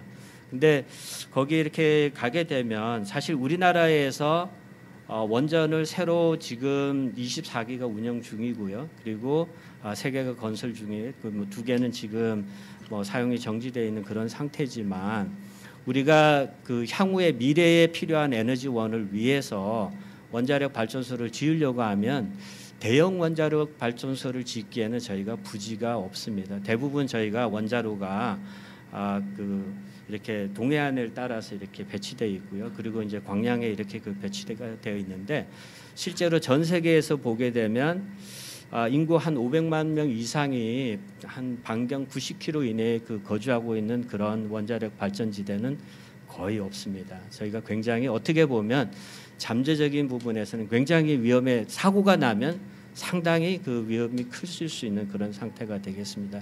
그래서 운영이라든가 그다음에 그 사용의 핵 처리 문제에 있어서도 굉장히 안전 그리고 또 안전을 그 강조하는 이유가 거기에 있고요. 거기에 맞춰서 상당히 좋은 기술들이 개발이 되고 있어서 나름대로 커다란 기대를 하고 있습니다. 그러나 우리가 그 원자력 에너지가 필요하기 때문에 특히 우리가 수소 경제로 전이를 한다 하더라도 막강한 그 막대한 양의 에너지가 필요합니다. 그 에너지를 어디서 가져올 수 있느냐? 화석연료는 불가능하고요. 재생에너지도 불가능하고 결국 원자력밖에 없다라고 이렇게 저희가 인식을 하고 있고 그렇다라고 하면 대형 원자로를 건설을 할 수 있는 우리나라는 국토가 좁기 때문에 부지가 없다. 그럼 어떻게 할 거냐? 그래서 나온 그 개념이 소형 그 원자로가 되겠습니다. 그 SMR이라고 여러분들께서 아마 언론을 통해서 굉장히 많이 들어보셨을 텐데 우리나라에서도 그 소디움 Fast Reactor라고 하는 형태로 개발을 하고 있고 그 개발이 또 돼 있는 상태고요. 황일순 교수님께서도 최근에 아주 프로토타입이지만 이렇게 납이 들어가 있는 리퀴드 메탈로 냉각을 시키는 그런 SMR 기술을 개발을 하셔서 그것이 40년이 지나고 나면 자동으로 셧오프가 되고요. 그러면서 그 주변을 둘러싸고 있는 그 납 자체가 자동으로 탁 폐기가 돼서 소형 원자료가 더 이상 이렇게 활동을 하지 못하도록 해서 굉장히 안전을 많이 가지고 있고 다시 그거를 다시 가지고 나와서 그러니까 그 굳어져 있는 상태를 다시 회수를 해 가지고 파이로 프로세싱을 거치면 다시 40년을 또 쓸 수 있는 그런 기술이 지금 개발이 되어 있는 그런 상태입니다. 그래서 우리나라가 SMR을 가지고 우리나라 국내 에너지 공급뿐만이 아니라 전 세계로 나갈 수 있는 그런 수출 기반이 마련되어 있다라고 말씀을 드릴 수 있을 것 같습니다. 근데 뭐 저희가 말씀드리면 사실 뭐 안전이 가장 중요하다라고 말씀을 드릴 수 있겠습니다. 근데 과거 그 정부의 이렇게 형태를 보게 되면 원자력 안전위원회라고 하는 것이 과거에는 그 대통령 직속 산하로 있다가 박근혜 대통령 때 총리 직속 산하로 됐는데 이게 무슨 의미냐면 정권에 따라서 원자력과 원자력 안전에 대한 부분은 그 정권을 초월해야 되는데 너무나 이 정권에 이렇게 눈치를 보게 되는 그런 상황이 발생을 하다 보니까 저희가 필요한 안전을 담보하는데 약간의 어려움이 있었다라고 생각이 듭니다. 그래서 황일순 교수님께서는 원자력 안전위원회가 첫 번째는 대통령 직속 기구로 가야 되고 그리고 완전히 독립이 돼야 되는데 독립이 되려고 하면 지금 대통령 임기가 5년이니까 이 원자력 안전위원회 임기를 최소한 6년 이상은 보장을 해줘야 된다. 그래야지 정권에 상관없이 그 안전과 관련된 그런 정책을 수립을 하고 모니터링하고 시행을 해낼 수 있다라고 이렇게 보고 계시는 것 같습니다. 아까 뭐 말씀드렸던 그런 그 사용 후 핵연료 관련된 부분은 저희가 일단 뭐 다시 하면 다시 그 중복이 되는 부분이라 조금 어렵기는 하지만 그 300년 정도 되는 지금 현재 기술로 사용 후 그 핵연료 그 처리 기술이 한 300년 정도면 된다고 했으니까 그 부분을 조금 줄일 수 있도록 하고 그다음에 저장하는 것도 이렇게 우리가 얘기하는 윈드 터바인이 있지 않습니까? 풍력 그 발전소에처럼 이렇게 깊이 한 50m 정도에서 100m 정도를 파서 집어넣어 놓으면 그리고 아까 얘기 드렸던 그런 리퀴드 메탈 쿨런트를 가지고 집어넣어 놓으면 안전하게 처리할 수 있다라고 이렇게 보고 있습니다. 그래서 뭐 간단하게 맺은 말을 드리면 이렇습니다. 사실 지금 황 교수님께서 저 마지막 부분에 그림을 조금 설명을 해달라고 하셨습니다. 저게 원자력 잠수함인데요. 최근에 저 원자력 잠수함이 왜 문제가 됐냐면 미국에서 호주에다가 원자력 잠수함을 하는 기술을 이제 전수를 해주겠다라고 얘기를 하면서 프랑스하고 아주 첨예한 대립을 했었습니다. 근데 저기 안에 들어가는 원자료가 고준위 우라늄을 쓰고 있는 그런 아주 위험한 상태입니다. 저게 그냥 바로 전달이 되면 미국이 사실은 핵 비확산 조약에 위배되는 행위를 하게 되는 거거든요. 그래서 아마 호주에서 안 받겠다라고 이렇게 얘기를 하는 것 같습니다. 근데 저기에 황 교수님이나 우리나라 원자력 과학자들이 가지고 있는 소형 SMR을 가지고 저준위로 이렇게 원자로를 사용을 한다라고 하면 굉장히 안전하게 그리고 핵 비확산 조약에도 위배되지 않게 처리를 할 수 있을 거라는 생각을 가지고 있습니다. 그래서 저희가 뭐 많은 분야에서 신경제 안보를 다뤄야 되지만 궁극적으로 본다라고 하면 그 중에 특별히 에너지 안보 그 중에서도 원자력과 관련된 부분은 저희들에게 굉장히 무궁무진한 그런 기회와 그리고 어떤 새로운 시장이 열린다라고 볼 수 있을 것 같습니다. 그래서 오늘 이런 좋은 기회를 가지고 여러분들 앞에서 발표할 수 있게 돼서 너무 영광입니다. 감사합니다.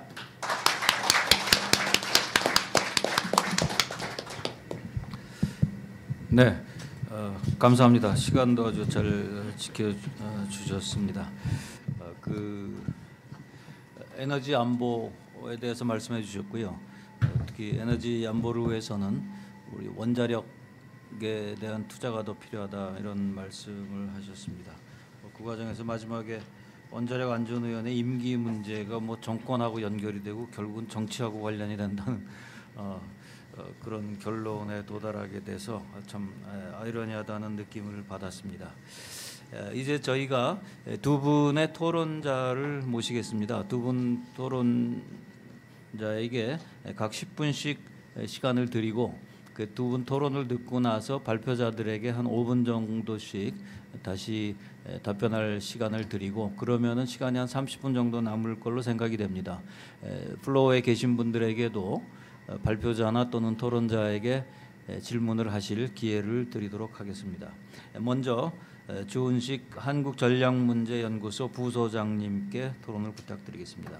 예, 소개받은 주은식입니다.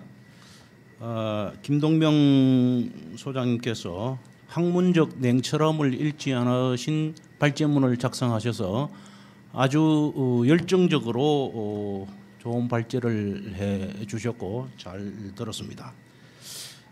저는 2021년도부터 이제 국방일보에 몇 번 이 러시아 우크라이나 관련해서 기고도 하고 또 여러 가지 저널에 발표도 하고 내일 신문에도 이와 관련된 주제를 몇 번 칼럼으로 쓴 적이 있는데 제가 주목을 하고 있는 것은 러시아 국가 안보 전략이 2016년도에 작성이 되었다가 2021년도 작년도에 이 안보 전략을 변경을 했습니다. 근데 이제 그 중에서 과제가 9개인데 전체 항목 수는 변화가 없지만은 이 국가 방어를 러시아가 국가 방어를 국민 보호하고 이 우선순위를 바꿔버렸습니다. 이것은 다분히 이 우크라이나 사태 이것을 염두에 두고 국가안보 전략을 변경시킨 게 아닌가 하는 그런 생각을 하고 있고요.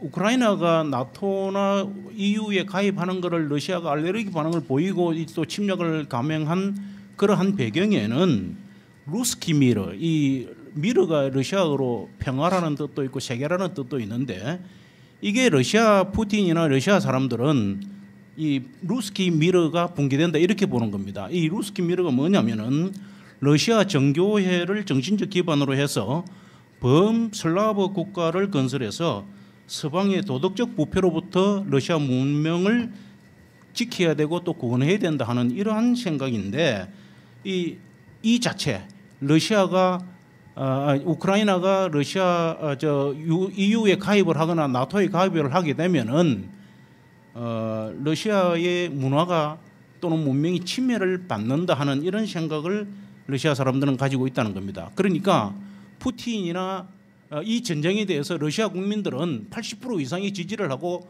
푸틴에 대해서 90% 이상이 지금 지지를 보내고 있다는 그 사실을 우리는 유념을 해야 된다는 겁니다. 우크라이나라는 이 말 자체가 우가 러시아어로 there is라는 뜻입니다. 그 다음에 크라이나 할 때 크라이는 경계 변경이라는 뜻인데 이 우크라이나가 서방에 가담을 하게 되면 러시아가 위협을 느끼고 또 러시아에 가담하면 서방 쪽에서 위협을 느끼는 이러한 그 전략적인 중요한 그런 지형인데 일찍이 여러분 잘 아시는 미 국가안보보좌관을 지낸 저비그뉴 브레진스키 박사가 거대한 체스판에서 이 우크라이나의 전략적 중요성에 대해서 수 페이지에 걸쳐서 이렇게 지적을 하고 언급을 하고 있습니다. 그런데 크림 반도가 러시아 해양 진출의 관문이고 발칸 반도와 지중해로 진출하고 세력을 확장하는 그런 기지 역할을 하는데 이 우크라이나 동부 지역이 지금 논의가 되고 있는 도네츠크나 루한스크가 1900혁명 후에 러시아 혁명 후에 레닌이 러시아어를 하는 이 지역 주민들이 많은 이 땅을 21년도에 우크라이나 공화국에 넘겨준 겁니다. 그래서 이러한 문제가 지금 태동이 되었고 그런데 이 우크라이나가 러시아 입장에서는 vital interest라는 겁니다. 이 사활적 이익이 달려있는 그런 중요지대다 하는 것은 여러분이 잘 아실 겁니다. 러시아어로 베즈아파스티 안보를 베즈아파스노스티 이 베즈가 위도와 영어로 위도아웃이라는 뜻이고 아파스노스티가 위협이라는 뜻입니다. 그런데 이 안보라는 것은 러시아 사람들은 이 안보를 위협이 적어 외부로부터 위협이 없는 상태.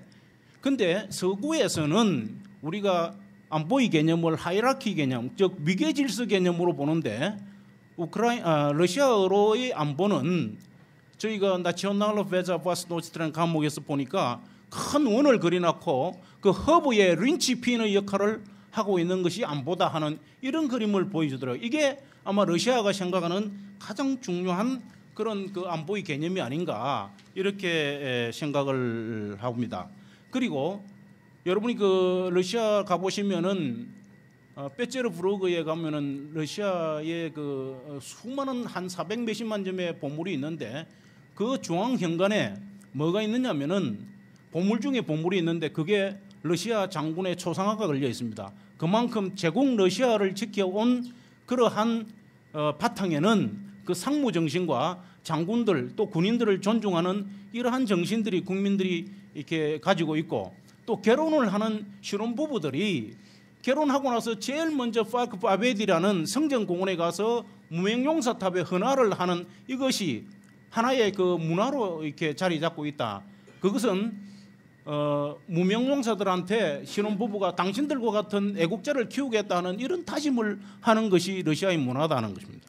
그만큼 상무 정신을 존중한다는 뜻이고, 그다음에 이제 푸틴이 내세웠던 이 우크라이나의 탈나치화 이거는 맹부는 뭐 국내외적으로 전 세계적으로 지금 지지를 못 받고 있는 것은 아까 또 우크라이나 정부의 친러시아 정부를 세우겠다는 이것도 뭐 아마 다 무산이 되었고. 그런데 이 언제까지 갈 것이냐 하는 이거에 대한 디시전 포인트가 저는 9월달에 이 5일 석유가 이제 이렇게 난방을 하게 되는 그 시점과 또 미국의 중간 선거가 있는 11월달 이게 이때까지 만약에 이 시점까지 종전이 안 되면은 종전 협상이 안 되면은 장기 소모전으로 갈 것이다. 저는 그렇게 예측을 하고 있습니다. 그런데 미국이 경제 제재를 하면서 오히려 러시아에 그 옥죄하려고 했지만은 이 유가가 폭등해 가지고 물량은 수출이 줄어들어도 러시아의 경우에 전비 120조를 조달하고도 200조가 지금 쌓이고 있다는 이런 그 역설이 지금 전개되고 있습니다. 그리고 오히려 러시아인들은 그 인내심이나 그 다짜라 그래 가지고 채소를 구할 수 있는 그 옆에 있는 농작물 밭이 있거든요. 그러니까 이 사람들은 $100만 있으면 빵 우유만 있으면 이게 살아간다는 겁니다. 그런데 오히려 더 이 물가 폭등으로 고통을 받는 사람은 미국과 서방 유럽 또 우리한테도 지금 유가 올라가지고 영향을 미치고 있는 이런 역설이 전개되고 있다는 거. 그다음에 원자력 발전과 우라늄도 러시아, 카자흐스탄, 우즈베키스탄에서 이 우라늄 40%를 유럽이 수입을 하고 미국도 위 세 나라에서 10%를 수입을 하고 있다. 그러니까 유류를 아무리 통제를 해도 이 원자력에 의존한다고 하지만은 오히려 더 러시아 의존도는 더 정대되고 있다는 이런 역설이 전개되고 있는 것입니다.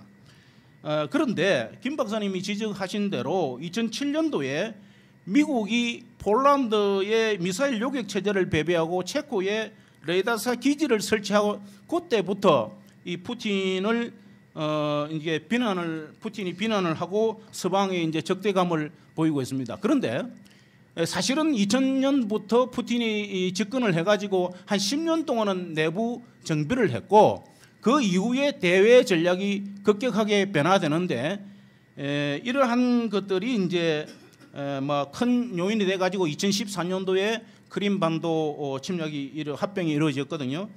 그런데 러시아가 우크라이나에 대해 중립지대를 요구했지만은 이렇게 나토 확장 방지 약속을 한 것은 서방입니다. 그런데 이걸 어긴 거는 서방에서 어겼거든요.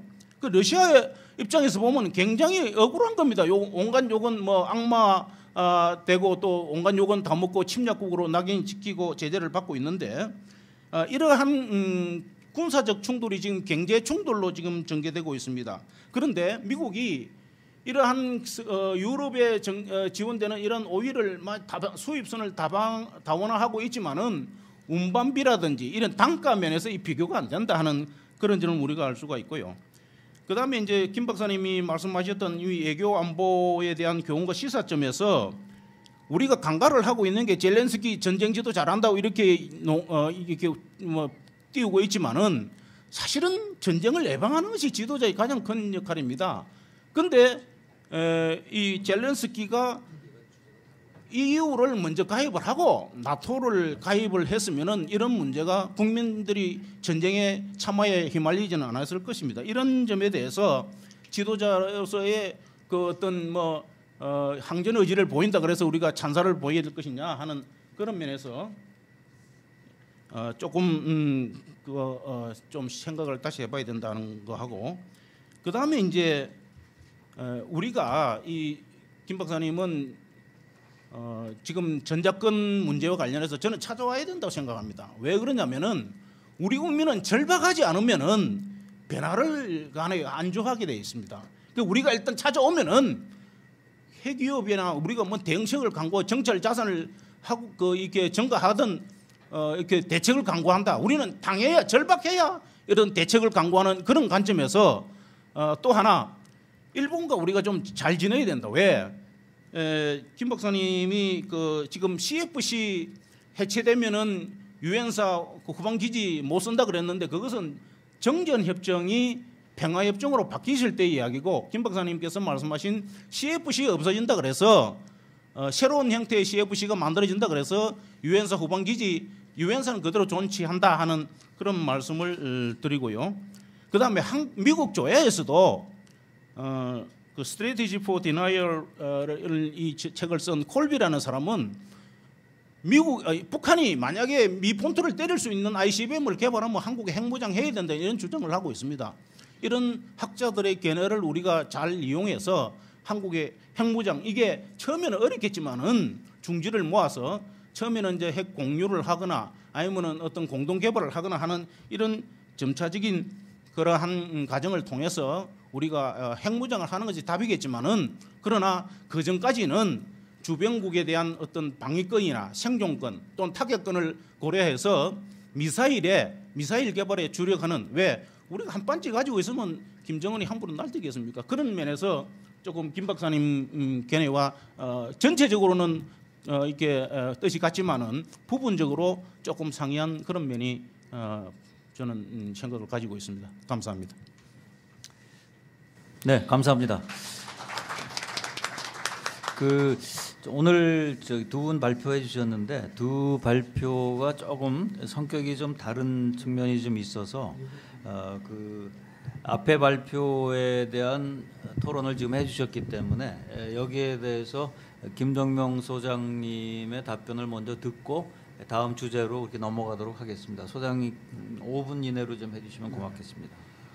근본적으로 우리 주은식 장군께서 말씀하신 취지에 대해서 좀 100% 이해를 했고요. 그 다음에 제가 여태까지 말씀드린 건 전부 독일 세컨더리 리트러처를 통해서 얘기를 한 건데, 우리 주 장군님은 이제 러시아 전문가답게 러시아 입장에서 또 전부 이렇게 얘기해 주셨는데, 저는 대단히 좋은 조합이라고 생각을 합니다. 그래서 큰 틀에서 전부 다 동의를 하고, 근데 전자권 문제 관련해서 저는 지금 현재 북한 핵무장 이에 대해 뚜렷한 지금 현재 우리가 대책이 없는 상태에서 지금께서 북한 핵 위협에 지금 그대로 노출된 상태에서 어떤 이런 옵션이 없기 때문에 사실은 주한미군 그다음에 전자권 이런 문제는 대단히 중요한 억제 수단이다 이런 차원에서 지금 현재 하고, 그다음에 또 다른 억제 수단은 우리가 핵무장을 하면 좋지만, 그러나 이 핵무장을 했을 경우, 자위적 핵무장을 했을 경우에 엄청나게 정치 경제적인 어떤 이런 생션 국제사회로부터 이런 것도 우리가 고려를 해야 되고, 또 통일 대한민국의 모습 이것은 반드시 비핵화를 해야 된다 이런 깨끗한 얼굴을 보이는 그런 관점에서 자위적 핵무장은 이제 바람직하다고 생각을 하고, 전자권은 지금 현재 조건에 기초한 전자권 이거 계속 지금 현재 환경이 조성이 안 됐기 때문에 여태까지 쭉쭉 밀려오면서 요러한 조건이 형성되면 우리가 전자권을 환수한다 이렇게 돼 있는데, 사실은 제가 볼 때는 이건 거의 물 건너 간 거고, 그래서 앞으로 이거는 우리가 전자권을 가지고 미군이 가지는 게 바람직하다고 생각을 하고, 그다음에 CFC도 마찬가지. 지금 현재 그 어떤 그 북한의 핵무장에 대한 그 억제 수단 이것으로 이제 대단히 중요하다 이렇게 생각하고 자 제가 이제 아까 그 말씀드린 그 페이퍼에서 뭐였는데 CFC 해체 이거는 전적으로 한미 간의 문제고 자 UNC 해체 이거는 유엔사의 문제입니다. 그렇죠? 그렇기 때문에 서로 이게 상반된 거지만 그러나 이게 미국이 결정적인 그 키를 가지고 있기 때문에 예컨대 CFC가 좀 해체됐다.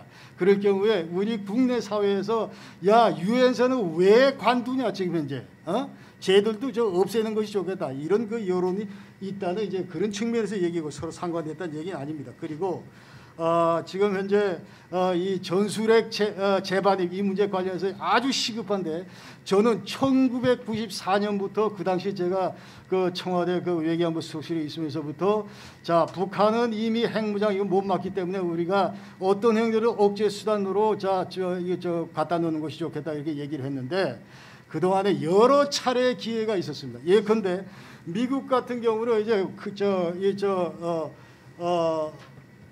클린턴 때부터 매 정부마다 뉴클리어 파쇼 리뷰 핵대서 검토 보고서를 만들었고 거기에 따르면 이제 북한은 우리가 위협할 그런 그 억제 대상이고 공격 대상이고 이러기 때문에 언제든지 미국은 열려 있어 준비가 돼 있습니다. 자, 이 문제 디스커션할 준비가 되고 특히 오바마 때 2012년에 National Authorization Act 여기 이제 그 섹션 1042에 따르면은 한반도를 포함해서 서태평양 지역에 자 재래 무기와 이 전술핵을 배비할 그런 가능성에 대해서 너 펜타곤은 자 스테이트 디파트먼트하고 협의해서 6개월 내에 나한테 2013년 초까지 보고하라. 이렇게 왜?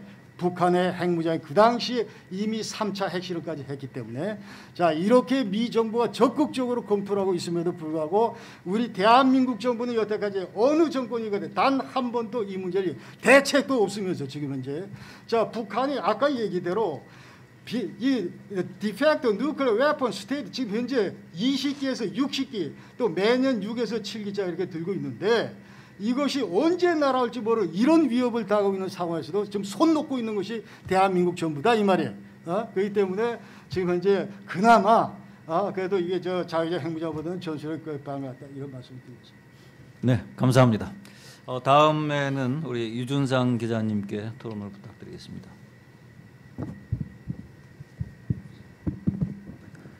네, 안녕하십니까. 저는 데일리안에서 근무하고 있는 유준상 기자라고 합니다.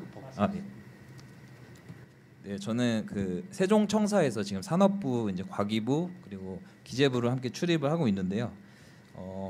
사실 좀 제가 출입을 하고 취재를 하면서 좀 느낀 점들은 각 부처들마다 부처 이기주의가 좀 만연해 있다, 좀 이런 느낌을 받고 있습니다.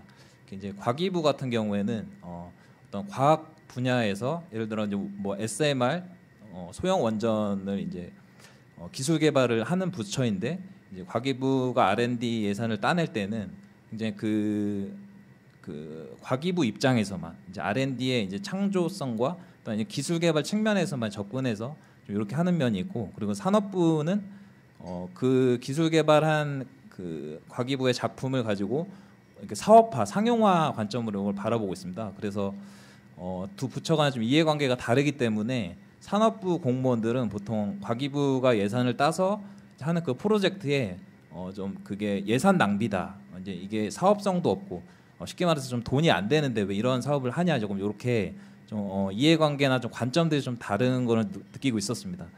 근데 오늘 이제 서정수 교수님께서 말씀하신 그 총리 직속에 이제 신경제안보위원회를 두게 될 경우에는 좀 이런 정부 부처 간의 좀 갈등의 소지를 제거하고 또한 이렇게 정부를 컨트롤할 수 있는 좀 컨트롤 타워 기능으로서 좀 역할을 할 수 있지 않을까 좀 이런 생각이 좀 들었고요.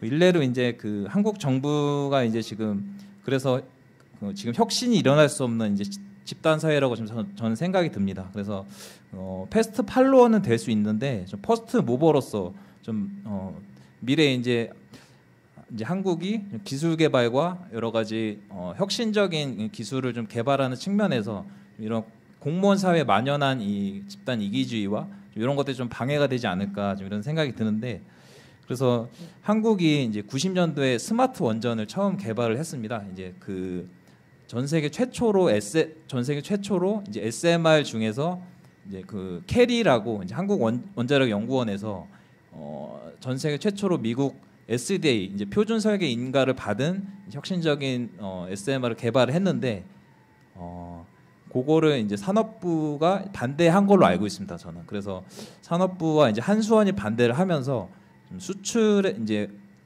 수출 적기를 좀 놓쳤다고 생각이 들고요. 그게 이제 좀 굉장히 좀 안 좋은 선례라고 생각이 듭니다. 그래서 좀 이런 측면에서 신경제안보위원회가 좀 정부 정책 수립을 할 때 좀 컨트롤 타워 역할을 할 수 있도록 중심을 잡아주면은 좀 이런 문제가 해소되지 않을까 좀 이런 생각이 들었습니다. 그리고 이제 아까 이제 다국 공동의 이제 사용 후 해결료 파이로 프로세싱 이제 재활용 이런 문제도 이제 언급을 해주셨는데 사실은 이제 우크라이나 사태로 지금 전 세계가 사회주의 진영과 또한 자본주의 진영과 지금 대립이 좀 심해지고 있는 것 같습니다. 그래서 미국, 일본은 이제 한국의 우방국으로 지금 분류되고 있지만, 당장 이제 우리나라와 이제 지리적으로 근접한 북한, 중국, 러시아는 이제 사회주의 국가이기 때문에, 그리고 또한 북한의 이제 핵 문제, 또 이런 원자력 협력을 이끌어내기에는 사실상 좀 미지수라고 좀 생각이 듭니다. 그래서 그리고 이제 사실은 이제 핵 문제뿐만 아니라 이제 중국이 이제 원전을 그 동해안에 엄청나게 지금 짓고 있는데요. 그래서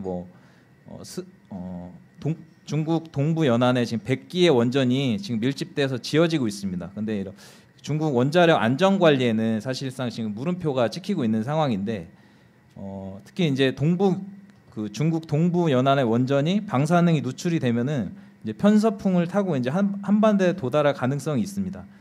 실제로 이제 원자력 안전기술원에서 이제 예산을 타다가 이제 연구를 했는데 실제로 그 영향이 있다고 이제 그게 나왔었고, 그래서 이제 이러한 상황에서 이제 사용 후 해결료, 그리고 또 파이로 프로세싱, 그리고 원자력 안전과 안보를 지키기 위해서 아까 말씀하신 것처럼 이제 동북아 지역에도 이제 다국적인 공동 노력이 좀 필요한 상황인 것 같습니다. 그래서 이런 에너지 안보, 그리고 원자력이 중요해지고 있는 시점에서 이제 원자력 안전과 안보를 함께 다룰 수 있는 공동 협력체를 좀 만들어야 될 것 같은데, 그래서 좀 교수님께 이 부분에 대해서 좀 추가적인 설명을 좀 듣고 싶습니다. 저는. 네. 그리고 마지막으로 이제 말씀을 좀 드리겠습니다. 이제 윤석열 정부가 이제 지난 5월에 첫 한미 정상회담을 하면서 또 이제 원자력 분야에서도 이제 수출 분야, 그리고 또 기술 분야에서 특히 이제 SMR 분야에서 협력하자는 큰 틀에서 좀 합의를 이룬 것으로 저는 평가하고 있습니다. 그런데 이제 원자력은 반도체처럼 오직 기술력만으로 승부할 수 없는 분야라고 생각이 듭니다. 그래서 반도체처럼 한 나라가 이제 독자적으로 수출할 수 없는 이제 분야라고 생각이 들고, 한 나라에서 이제 원자력을 수출한다는 의미는 그 나라의 이제 에너지 정책, 그리고 사업화, 그리고 인허가 제도, 모든 게 이제 함께 들어간다는 의미로 좀 보여지는데요. 그래서 이제 반도체처럼 독자적으로 수출할 수 없고, 또 미국과 함께 공동 진출하는 게 더 유리한 세계 이제 원자력 시장에서 유리한 포석을 좀 점할 수 있지 않을까, 좀 이런 생각이 듭니다. 그래서 예를 들어 미국 뉴스케일이 이제 원천 기술이 있으니 이제 한국 기자재 기업과 이제 협력을 하고 있고 이미, 그리고 반대로 또 우리나라도 ISMR을 지금 한수원이 개발 중인데, 좀 이건 미국의 회사들과 이제 사업화에 참여하는 방식으로 협력할 수 있을 것 같습니다. 다만 좀 이런 부분에서 좀 우려가 있는 것 같습니다. 미국이 아무리 이제 한국의 우방 국가라고 하더라도 사실은 자국이 실리 중심으로 이제 운영을 하기 때문에 그 협력 또한 자국의 이익에 한해서 좀 운영을 할 것 같습니다. 그래서 좀 우리나라의 좀 기술적인 종속이 좀 우려되고 있는 것 같습니다.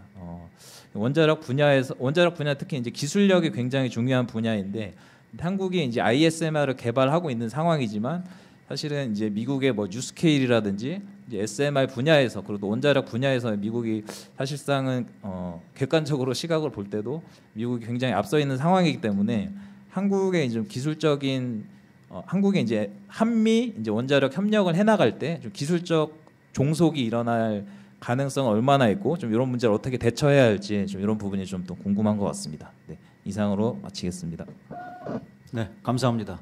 우리 좋은 코멘트 그리고 질문해 주셔서 대단히 감사합니다. 제가 원자력 그 기술 자체적인 부분간을 얘기를 할 때는 제가 아마 알고 있는 지식이 굉장히 협소하기 때문에 자세하게 답변을 못 드리더라도 양해를 좀 부탁드리도록 하겠습니다.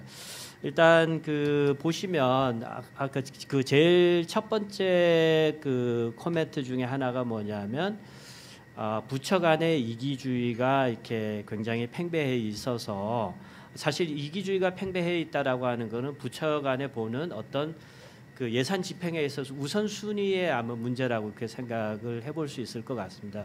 근데 그러다 보니까는 어떤 의사결정이 각 부처별로는 합리적으로 그 옵티마이즈 되지만 그것이 이제 전체적으로 봤을 때 이렇게 서로 상호 연관이 되지 못하는 그런 사태가 발생하고 있다라고 저희도 그 인식을 하고 있어서 그래서 이번에 그 우리 윤석열 정부에서 그거를 좀 그 범부처적인 차원에서 어떤 기술 개발이라든가 상업화라든가 이런 부분을 신경제 안보의 측면에서 이렇게 다룰 수 있다라고 하면 예산에 대한 낭비라든가 이런 것이 적게 그리고 필요한 기술들을 그 첨단의 기술들을 그 개발해낼 수 있지 않을까 하는 생각에서 그런 그 컨트롤 타워 역할을 충분히 잘해줄 수 있을 거라고 생각합니다.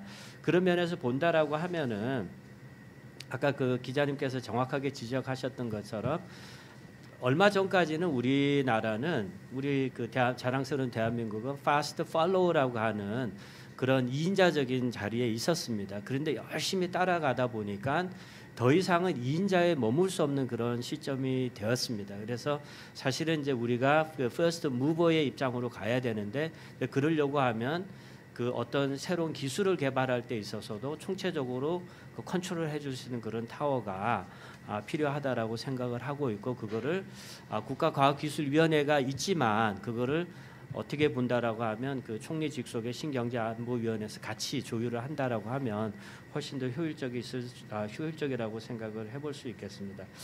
그리고 또 하나는 아까 말씀드렸던 해주셨던 것이 지금 우리 그 극동아시아 지역을 이렇게 보게 되면 소위 말하는 사회주의 그리고 민주주의 뭐 어떻게 보면 공산주의와 자본주의라고 얘기할 수 있겠지만 뭐 지금 아마 북한을 빼고 나면은 꼭 그 중국이 공산주의라고 얘기를 할 수는 없으니까 사회주의라고 이렇게 본다라고 하면 그 말씀드렸던 것처럼 지금 그 중국과 같은 경우도 2060 그 탄소 중립을 위해서 굉장히 빠른 속도로 재생에너지 부분하고 그리고 원자력 그 발전소를 건설을 하고 있는 상태입니다. 그리고 그 지역 자체가 아무래도 그 중국의 동안 쪽으로 이렇게 치우치다 보니까 저희가 그 걱정스러운 부분이고요.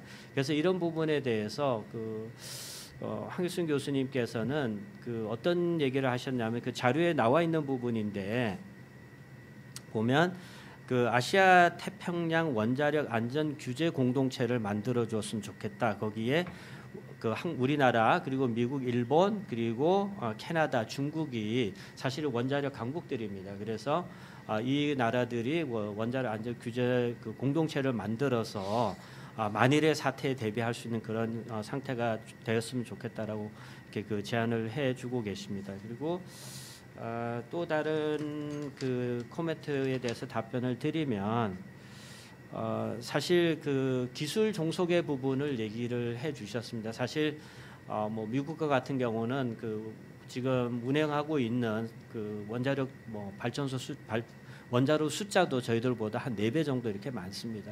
뭐 세계에서 가장 많은 원자로를 갖고 있는 국가인데 그렇다라고 해서 이 SMR 부분에 있어서 당연히 미국이 앞서 있지만 우리나라도 나름대로의 그 기술적인 경쟁력을 가지고 있다.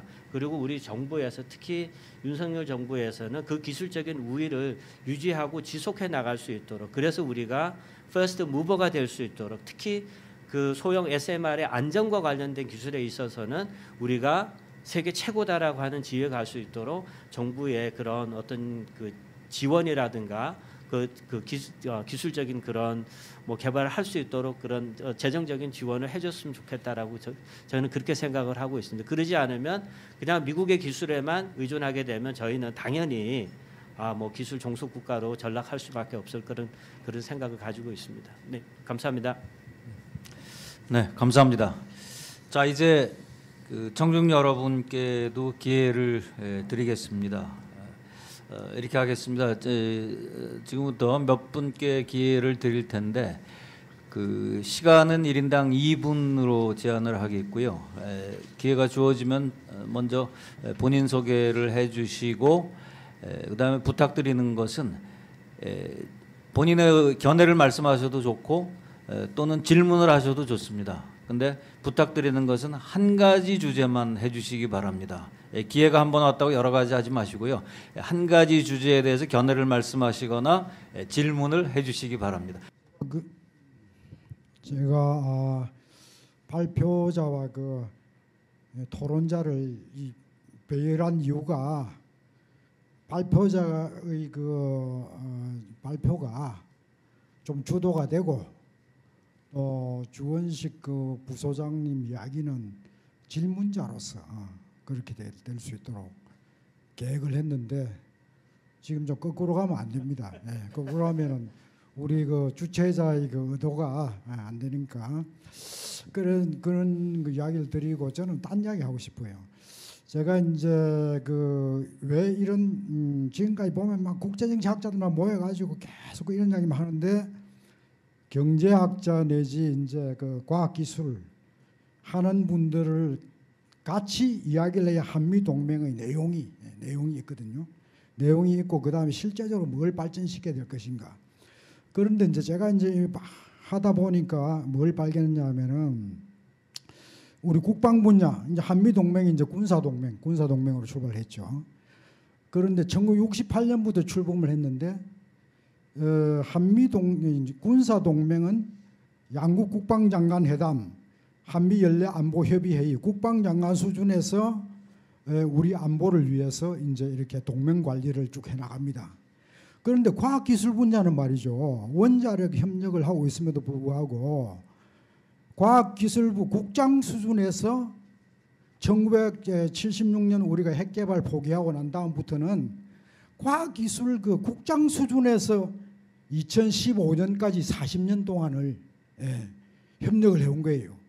이게 원자력을 한다는 것은 좀 국가 전략적 차원에서 안보에서 뭘 우리가 아까 말한 월남전에 파병한다든지 하게 되면은 과학기술 분야에서는 예를 들어 농축이나 재처리를 해내라든지 핵무기는 개발 절대 안 할 테니까 이렇게 국가 전략 수준에서 양쪽이 좀 균형을 맞추어서 해야 되는데 안보 수준에서는 국방장관 수준에서 하고 과학기술 수준에서는 지금 국장 레벨의 협력이 되어 왔습니다. 그래서 지금 이제 70년을 지나면서 볼 때에 과학기술 분야도 국가 전략 수준으로 올라와야 된다.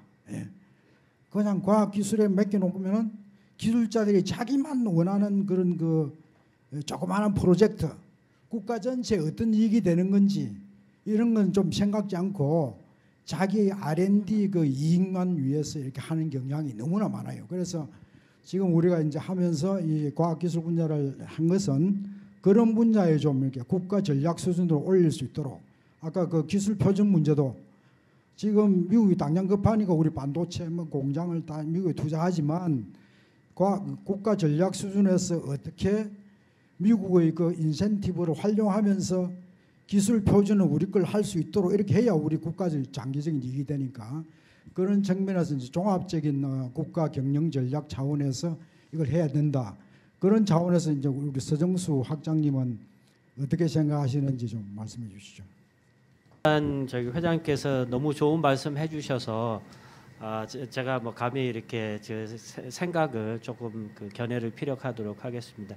사실 여기 오늘 계신 분들이 대부분 다 이렇게 그 군의 백그라운드를 갖고 계셔서 당연히 안보하면 그냥 군 안보 이렇게 보시는데 실질적으로 저희가 봐서는 군의 안보가 제대로 이렇게 왕성하게 그리고 건강하게 굳건화되고 발전하기 위해서는 저희가 봐서는 저희 경제학자적인 입장에서 봐서는 경제 안보가 굉장히 더 중요하다라고 저희는 판단을 하고 있습니다.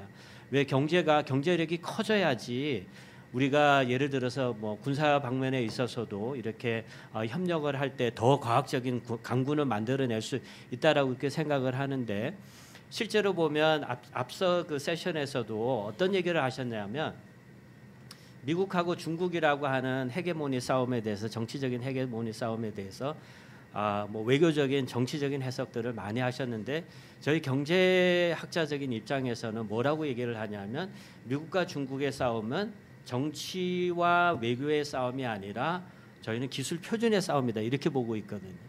그래서 사실은 저희가 대한민국에 계시는 많은 과학자들이 열심히 연구를 하고 있지만 이것을 국가적인 차원에서 격상을 시켜서 우리가 지금 어떻게 보면 영원한 동맹이라고 생각하는 미국하고 같이 갈 수 있도록 그래서 그 기술 표준 싸움에서 미국하고 같이 갈 수 있도록 하는 그런 협력 관계가 절대적으로 필요하다라고 보고 있습니다. 사실 그 과거에 저희가 입장을 좀 다르게 본다라고 한 2000년대 전까지는 중국에 대해서 아마 그렇게 크게 신경 쓰지 않았을 겁니다. 근데 중국이 2001년도에 WTO에 가입을 하고 그리고 그 클린턴 대통령이 이제 중국에다가 많은 그 공장들을 이전시킴으로 인해서 사실 중국의 경제력이 엄청나게 발전해 왔거든요. 그러면서 지금 경제적인 헤게모니 싸움이 일어나고 있는데 그렇다고 해서 저희가 중국을 버려서는 안 됩니다. 중국을 저희들하고 같이 갈 수 있도록 만들려고 하면 저희가 미국하고 지금 하는 군사 동맹을 경제 동맹으로 격상을 해서 저희가 같이 기술을 만들어 나가고 그 기술 속에 표준화를 통해서 중국을 끌어들여야 됩니다.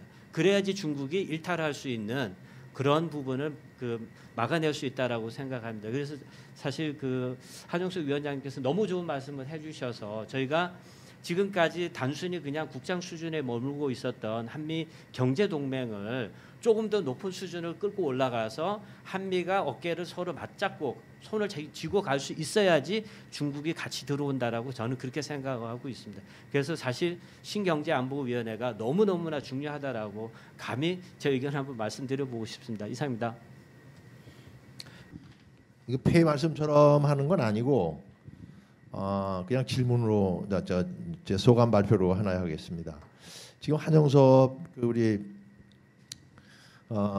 회장님께서도 좋은 말씀해 주셨는데 한미 관계를 들여다볼 때 이제 이번엔 70주년인데요.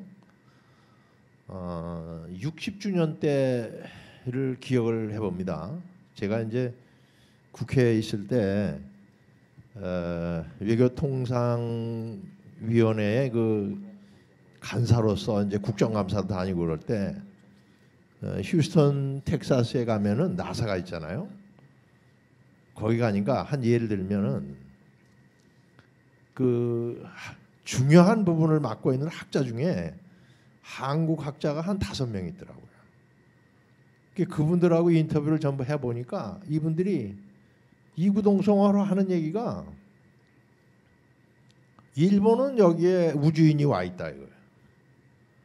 근데 한국 사람은 우주인으로 지금 와 있지도 않고 자기들이 맡은 분야를 이렇게 보면은 한 사람 한 사람으로 보면은 미세한 분야지만 핵심적인 분야를 자기들이 맡고 있는데 이걸 가시면은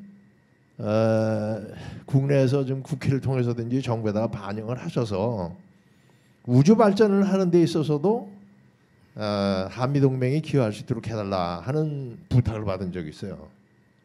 그래가지고 그거를 외교부하고 또 과학기술부하고 이런 데다가 적극적으로 얘기를 해서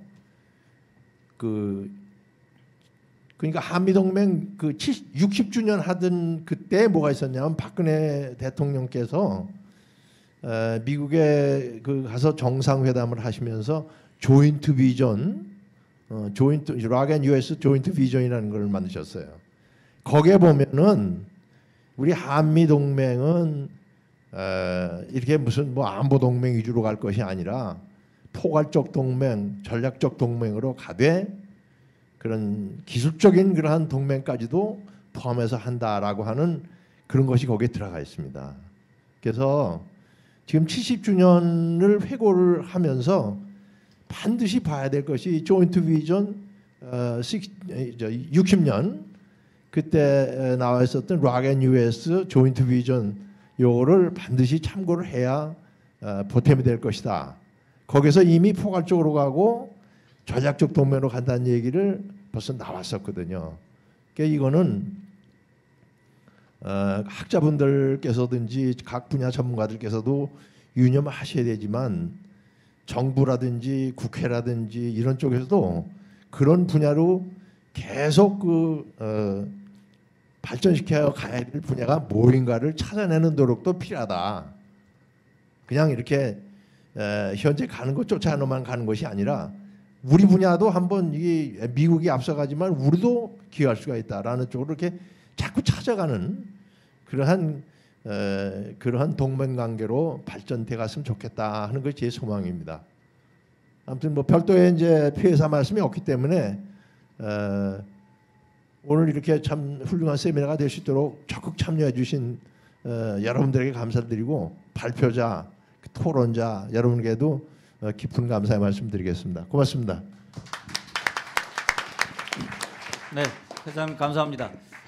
김 소장님이 독일 문제연구소장이시고 독일 관계에도 정통하시기 때문에 그 독일의 입장, 우크라이나 전쟁에 관련한 독일의 입장, 아마 우크라이나 전쟁에 있어서 제일 어려운 나라가 독일일 겁니다. 아까 말씀하셨지만 우리 아까 장세정 논설위원님 질문하셨지만 우리는 어떻게 할 거냐. 우리도 사실은 입장이 곤란한 점이 많이 있지만 독일은 입장이 훨씬 더 곤란하고 실질적으로 독일이 피해를 입는 것도 굉장히 많습니다. 그래서 그 부분에 관해서 김정용 소장님께 좀 설명을 좀 부탁드리겠습니다. 네, 감사합니다. 독일 입장은 지금 말씀하신 대로 대단히 지금 난처한 입장이다 이렇게 이제 말씀드릴 수 있습니다. 그러니까 지금 한편으로는 저 에너지를 엄청 러시아에 의존하고 있기 때문에 러시아 눈치를 봐야 되고 지난번 그 게하 슈레더 수상 같은 경우는 지금 이제 푸틴하고 절친이면서 지금 이제 그 가스프롬 이쪽 이제 그 회장을 하고 있고 그렇기 때문에 여러 가지 그 정책 결정에서 대단히 어렵습니다. 일단 2월 24일에 침공을 했을 때 자 독일 정부는 이것은 엄연한 이제 침공이다 해가지고 이제 푸틴을 비난을 했습니다만은 그러나 심하게 이제 그 어떤 나토 입장이 이제 급격히 그 반푸틴으로 돌아서는 것에 대해서 어느 정도 일정 부분 이제 거리를 두고 예컨대 그러면서 이제 뭐 우크라이나 이제 비행 금지 구역을 설정하자 이런 그 이제 젤렌스키 요청에도 이제 반드시 독일 중심으로 이거 이제 전부 비토를 놨고 그러면서 최소한 하여튼 우크라이나 대해서는 우리가 자 재정 지원한다 대신 방어형 무기 지원한다 그러나 공격형은 아니고 뭐 이런 식의 스탠스를 취하다가 아까 말씀드린 대로 2차 공세가 시작되면서 안 되겠다. 자, 우리도 바꾸자. 그래가지고 이제 독일 정부는 이제 공격형 무기를 지원한다. 그러나 슈레더 수상 지금 현재 우리 연방군이 갖고 있는 이런 그 강력 저 공격형 무기는 못 준다 지금 현재 있기 때문에 그러나 지금 현재 20억 유로에 상당하는 금액을 해서 만약 우리 방산 시장을 돌려서 그때 필요하다면은 나토 결정에 따라서 우리가 20억 정도는 자 해서 저 지원하겠다 이런 얘기를 했고 그러니까 지금 현재 또 조금 돌아섰다는 거죠. 그러면서 아날레나 베어복 외상 그다음에 프랑크 발터 슈타인마이어 대통령 전부 다 여태까지 우리가 푸틴 러시아를 제대로 잘못 본 것 같다 이런 얘기를 지금 합니다. 왜냐하면 옛날에 자 여기가 다리가 있는데 모든 주변국들이 이 다리가 전부 썩은 다리라고 얘기를 했는데 우리는 이게 견고한 다리인 줄 알았다. 지금 이제 이게 대통령 얘기예요. 대통령. 그러니까 푸틴을 여태까지 잘못 봐왔다 이런 얘기예요. 그러면서 자 프랑크 발터 슈타인마이어가 이제 젤렌스키를 만나려고 간다 그러니까 NO. 자 젤렌스키는 안 된다. 너는 페르소나 non grata 해가지고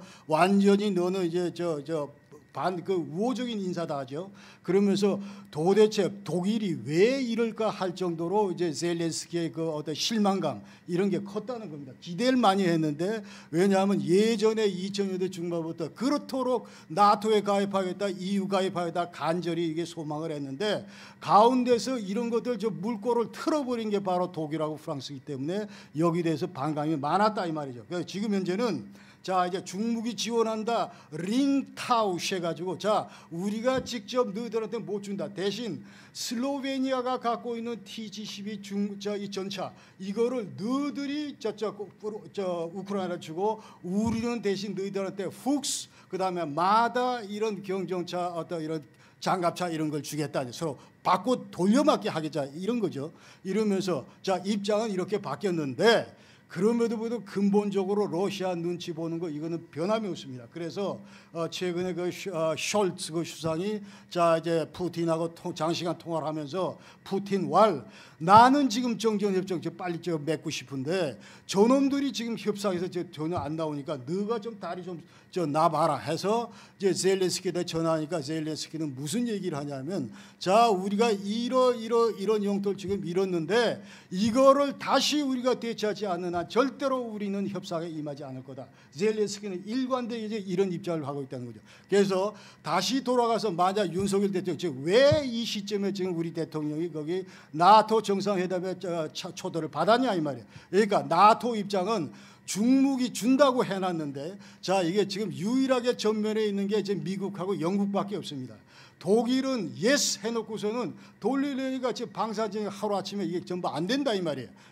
그래서 자 이와 같이 그럼 빨리 주긴 줘야 되겠는데 줄 수 있는 나라를 지고서 찾아보니까 지금 유일하게 그나마 대한민국이 저 어느 정도 장비들도 우수한 장비도 많고 해서 지금 불러서 틀림없이 이 문제가 나올 거다 이 말이에요. 그래서 지금 제가 생각할 때는 아까 우리 저 주장도 말씀하셨지만은 자, 이 국가 러시아하고 그다음에 푸틴의 어떤 이런 반인륜적인 침공행위하고 이런 거 명석하게 스탠스를 자, 취할 때 서로 구분을 잘 하면서 근데 이거 아주 그 외교적으로 잘 처신을 해야 된다고 생각을 하고 일단은 하여튼 그러나 지금 어느 정도 그 줄 수 있는 건 주는 게 제가 볼 때는 크게 나쁘지 않다고 생각을 하고 또 사이드 이펙트로 지금 현재 우리 그 방산 K 방산 이거를 이제 국제적으로 크게 그 과시할 수 있는 좋은 기회다 이런 생각을 하고 그런데 대한민국이 치사하게 무슨 무기나 팔아먹는 그런 그 국격으로 내비치는 것은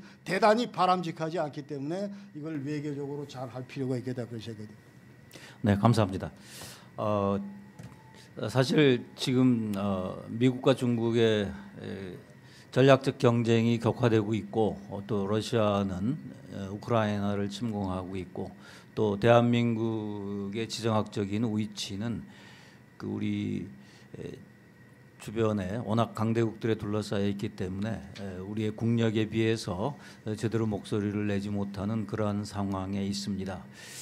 우리의 상황을 구한말과 종종 비교를 하고 하는데 그때와 같은 점이 많지만 유사한 점이 많지만 가장 다른 것 두 가지가 있습니다. 하나는 그 당시 조선은 국제 정세를 꿰뚫어 보는 해안이 있었다 손 치더라도 워낙 국력이 미약했기 때문에 그러한 해안만 가지고서는 독립을 유지하기가 사실은 어려웠을 겁니다. 그러나 지금의 대한민국은 그때와 비교해서 세계 10위권의 경제력 내지는 영향력을 가진 상당한 나라가 돼 있고 또 한 가지 가장 큰 차이점은 뭐냐 하면은 그 당시에 우리 조정은 1882년 미국과 수호조약을 맺고 그 안에 있는 서로를 보살펴준다는 조항을 철석까지 믿고 미국이 우리 편인 줄 알았습니다. 그러나 나중에 알고 보니까 미국은 카스라타프트 밀약을 맺어서 이미